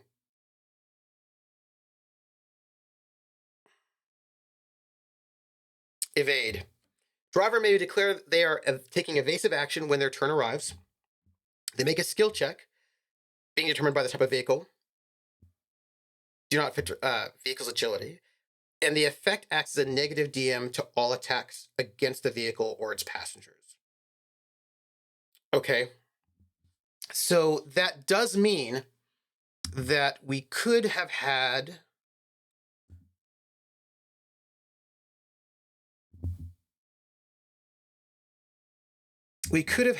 Crash on his turn roll his piloting skill for his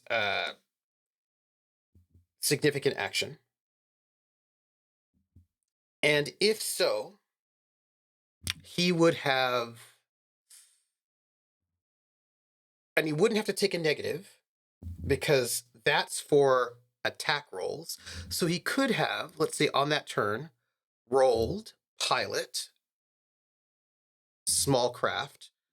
Where are you? Here. He rolls a 10, which beats the number by 2, which means they would not have been hit in that turn. Right? Because they would have beaten them by 1. Right. Okay. Dogfight cockpits, lots of animal talk. It's true, which means they would have been up at that turn, because Crash is taking evasive maneuver in the second cockpit because they've got two cockpits. Okay. Right. That means we have got, they missed. We only have one turret. So, they could have, but we have two cockpits. The other one could try to fire again, right? They could do that. They're going to get a +2. No, absolutely not. Absolutely not. Absolutely not. They totally missed that one, which means we start the round. Crash Jones is going to take evasive maneuvers. There's another thing we can do, which is maneuver.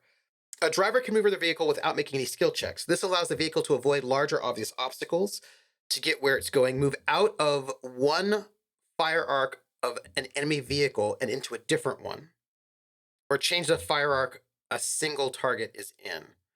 So Crash Jones is going to delay until after Emerald goes. We're going to see how this goes. Emerald is going to try to dogfight because we are in a bad space, right? Small craft, she gets a -2 because of that last dogfighting roll. She rolls an 8. She's going to get a +1 from Crash. So that's a 9. Our bad guys get a +2 to this roll. They roll an 8. So our heroes succeed by 1.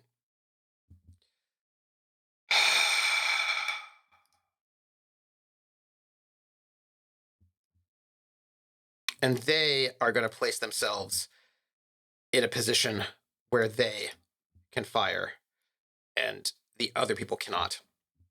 This is so tense, everybody.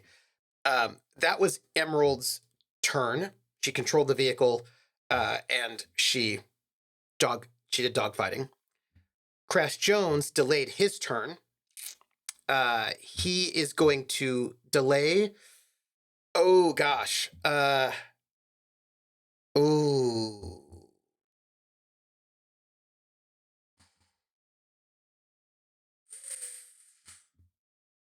I didn't roll that. Okay, hold on. Let me think. We've got ourselves in a good position. We've got Crash Jones, who's got small craft pilot 1. We've got Dalton Danvers, who's got turret. Gunner. Hey Dalton, can you fly? Can you fly? Dalton. What are your skills? You've got gunner. You do not have pilot. You do have pilot. You're just not specialized. Swap. They'll take their minor to swap. Dalton is going to go and take the is going to take the other cockpit.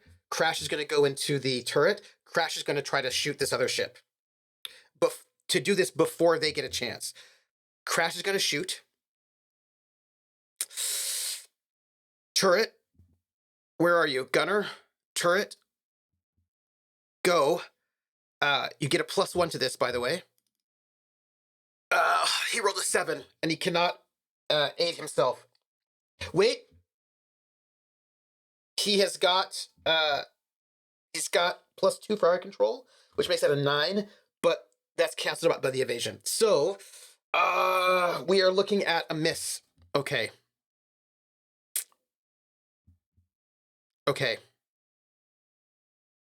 Mercenaries go. They are going to try to. Oh gosh. Oh.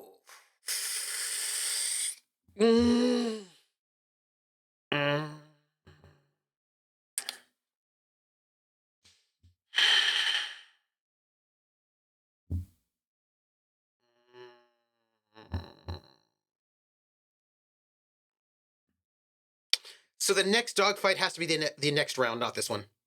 No, he can't give himself, leadership can't give himself a +1. You can only give your other folks a +1.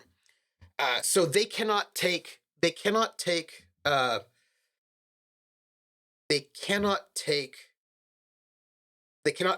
a dogfight. So they are not in a position where they can fire, but they can maneuver. And if you maneuver, it allows the vehicle to avoid, to move out of one fire arc of an enemy vehicle, or change the fire arc a single target is in. So they're going to move out of the fire arc, is what they're going to do for their turn. That's what the first pilot does. The second pilot is going to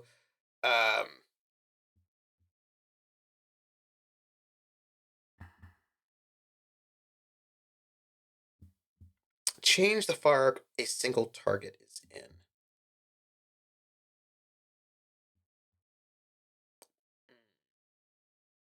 No leading from the front. They can change the fire arc a single target is in, but they can't get in there. So, yeah.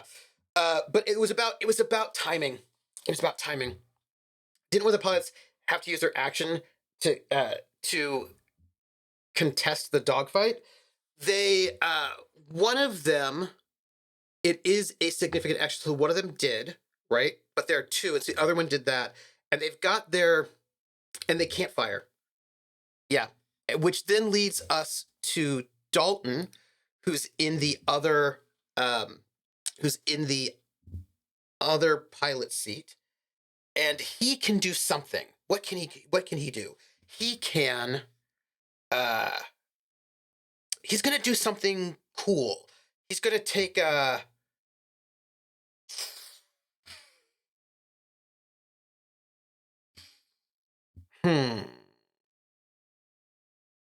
I know what he's gonna do. He's gonna do a stunt, I think. Right? He's gonna do a stunt, and a stunt can be used to put a single target into a fire arc, which is not a thing right now, or to set up some other skill check using task chains. So what he's going to do is he's going to use his piloting skill to try to set up Emerald to get a bonus on her piloting skill. So he's going to roll his piloting skill. He's like decent, right? He's not the best, but he's going to try to sort of aid in the maneuvering.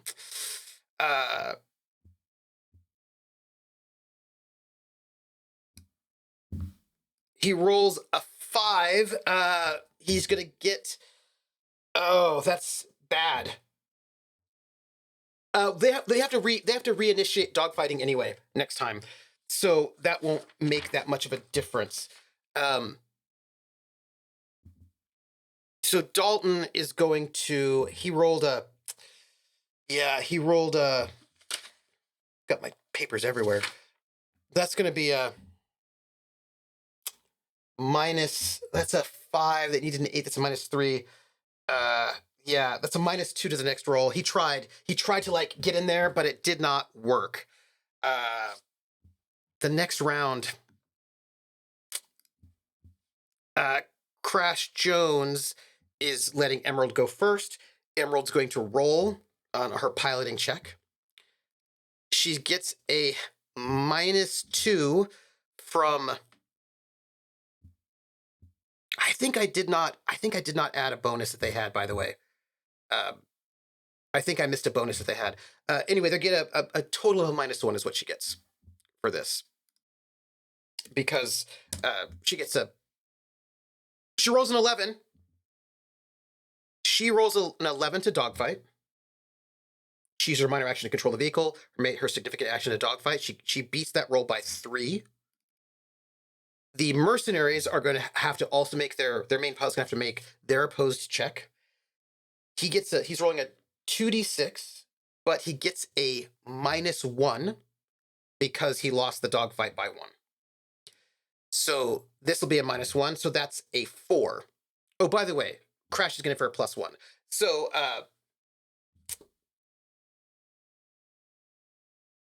that's really good. Um, that's really good. Um, yeah, this is good. This is good. Um, this is good. Yeah. So they have succeeded by 4. This is really good, everybody. Uh, no, because it's by your own. It's by your own number. It's you. Let me double check to make sure. Um, the winner.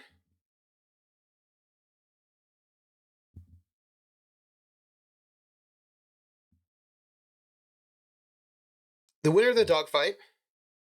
If one of the vehicle's drivers chooses to initiate a dogfight again in the following combat round, the winner of the previous dogfight applies the difference between that round's opposed check as a positive DM to this round's opposed check. Yes, you are correct. So that'll be an 8. Ooh. Ooh. Okay. Okay.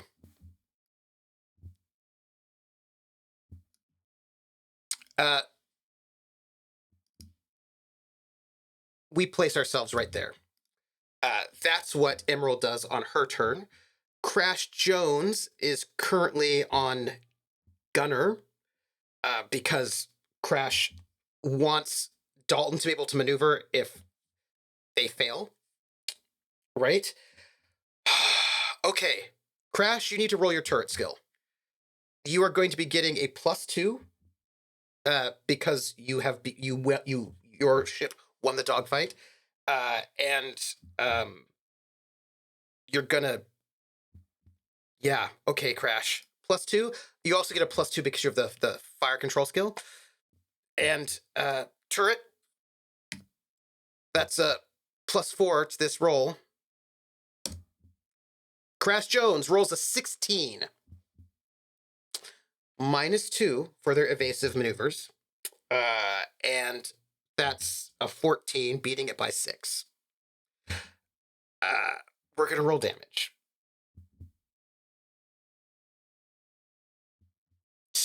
Bad times. Bad times for them. 9 plus, what is that?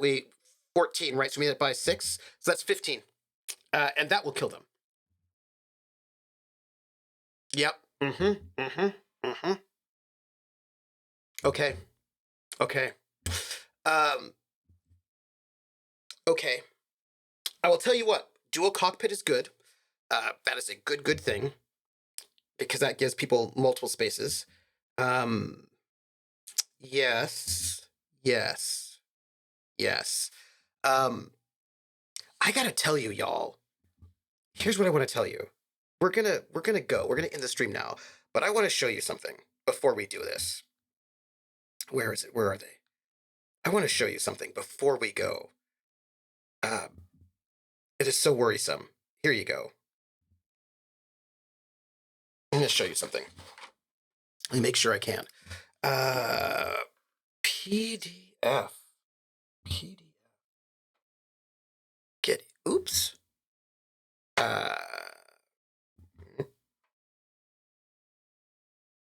Here, let me show you something. Let me show you something. I want to show you here. I want the high guard. Here you go. Okay, you ready? I'm going to show you something. So this right here is the ultralight fighter. This has a hull of 4 versus the hull of 6 of our Camlann Viper, and it has an armor of 0.24. It doesn't have really any armor at all, and it has a hull of 4.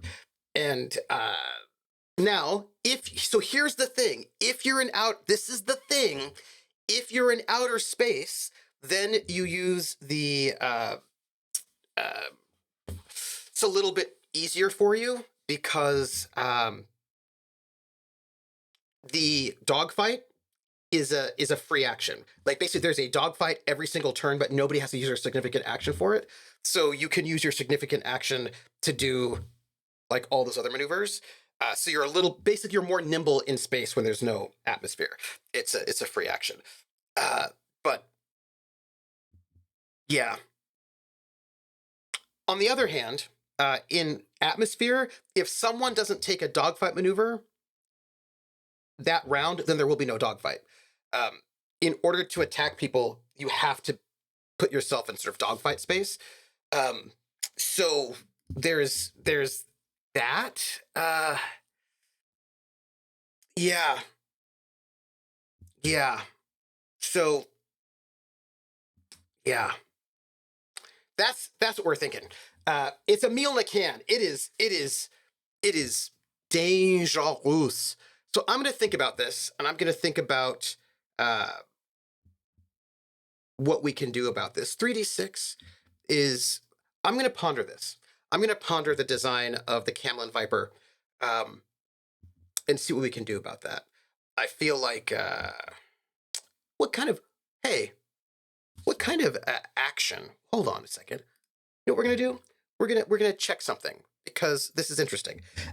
What kind of weapon does this fighter have? It has a pulse laser. And what kind of damage does a pulse laser do? A pulse laser does 2d6 damage. So if I turn the plasma laser into a pulse laser, that means on average you're doing 7 points of damage, which the ship can survive. So I think what I'm going to do is downgrade the Camlann Viper's weapon from a particle beam to a pulse laser. And if I can, that will make them a little bit more survivable against each other, and it might mean I can add a little bit more armor. That's what I'm going to do. That's what I'm going to do. Oh, thank you everybody for this. We should go and see what it's like in space. I don't think space is gonna be that different. I think the big difference is that dogfighting is free and much harder to get out of. Like it's easier to get out of dogfighting in an atmosphere because if you just overtake people, right? Like you just get faster than them and you can just overtake them and it's fine. Do you know what I mean? Like you're actually, I mean, it's not fine, but it's a little bit easier. Thank you, everybody. So we're gonna go. We did a good stream. I'm going to take everything that we learned together today, and I'm going to work on, not tonight, I'm going to bed, but this week before Friday, I'm going to work on seeing if I can get in there, because I have the pro account for Roll20, and change the character sheet to make the vehicle sheet better, right? More usable in combat. Because the truth of the matter is, I think that a character sheet in Roll20 or your VTT, I think its main purpose, right? The thing that it really needs to be able to do is be functional in the middle of a combat. And so I'm going to make this more functional in a combat. And I may see if we can do a surprise stream maybe Wednesday to see if we can do another sort of dry run of this. And if so, we will check that out. We'll maybe do another dry run of this, and then we might be able to try dogfighting in space as well. So I want to say thank you very much. Thank you for being here, everybody. I appreciate every single one of you who has been, who is here and helping me with this. Let me see if there's anything I need to say before we go. I wanted to say thank you, Toy Boat Sailor, for those bits that you gave today. Thank you so much. I want to thank everybody who rated us. I want to thank Rybu Plays, because I've got a new team to join. And thank you for being here. And I want to say thank you very much for letting me sort of hang out and work through this, because, yeah, we should, by the way, go and do some actual full-on space combat later as well. But this has given me a lot to think about. It's very good what we've learned, and we're going to be able to do something, I think, very interesting with this. But of course, Wednesday, since my game moved to Wednesdays, oh no! Look, it depends on how much work I get done. I'm going to try really hard to, I've got a friend over this weekend, So I'm going to try really hard on Monday and Tuesday to really get this stuff set up for Friday, because Friday, you know, might be a fight. Yeah, dog fights are serious business. It's all about maneuvering. It's all about like getting yourself in that position. And I need to update. Let me write that down. I need to update those. Update the tokens. Update Viper tokens. Need to update those Viper tokens to reflect that they only can fire in the front, and make that character sheet more usable for vehicles. Make some rollable critical roll tables, and downgrade the weapon on the Viper to make it a little bit less powerful, to maybe give them a little bit more armor. And I think that will be the way to go. Okay. Friday, gotta get down on Friday. Oh, everybody, you can find me at troopersjp here, and also on YouTube, where I will be the archive of all this stuff, but also I'm probably going to do some videos specifically for Traveler that are edited and put up there. You can find me at Academic Foxhole on Twitter, and also Patreon. We have a Patreon. That Patreon is for is to go and help support, pay for the cast and art and all that. And by the way, I'm going to be starting a second campaign for the summer, and it's coming soon, and it's coming in like 3 weeks. So I'll be running 2 shows, and that'll be a thing to think about. And so anyway, all the support you give, I appreciate very, very much. And I think that's it. You can find me tomorrow at noon, where I will be streaming The Outer Worlds, which I'm really excited about because it's been a while. And that's at noon here. And then Sunday night, I don't think we have anything yet. But Monday at 8:30 p.m. Eastern will be the return of Montreal by Night, the Vampire the Masquerade campaign run by Wandering DM over at Wandering DM's channel. And then probably Tuesday or Wednesday, another one of these let's go and work through some space combat streams with me. And then Thursday will be Disco Elysium at 7 p.m. Eastern. Friday will be the return of the Gamblers and some space combat, probably. Well, vehicle combat. I'm going to be playing Pathfinder, so you're spending Sunday being jealous. Oh. I am going to be jealous, because I really, really like Pathfinder. I think it's a really good game. I think it's so well done. Okay. And then that's me. So I've got some things coming up. I'm really excited. Classes are done. And I am thanking you so much for being here. And I will catch you all on the flip side, everybody. And take care. Bye. Well, I'm not done yet, because I thought I should tell you that here's what I want to tell you. What I want to tell you is, wait, before I go, I want to thank our sponsor. We have one sponsor that's at the $200 tier, and $200 will pay for the cast for 1 week, not including me. And we currently have Will and TW as our sponsor, and we have just gotten KY Hawkeye back as our sponsor. So look forward to their sponsor ads, and I want to thank both of them very much. You doing this means that it's less out of my pocket to pay the cast. So I want to thank you very much. And everybody take care of yourselves, and I will catch you all on the flip side. Bye.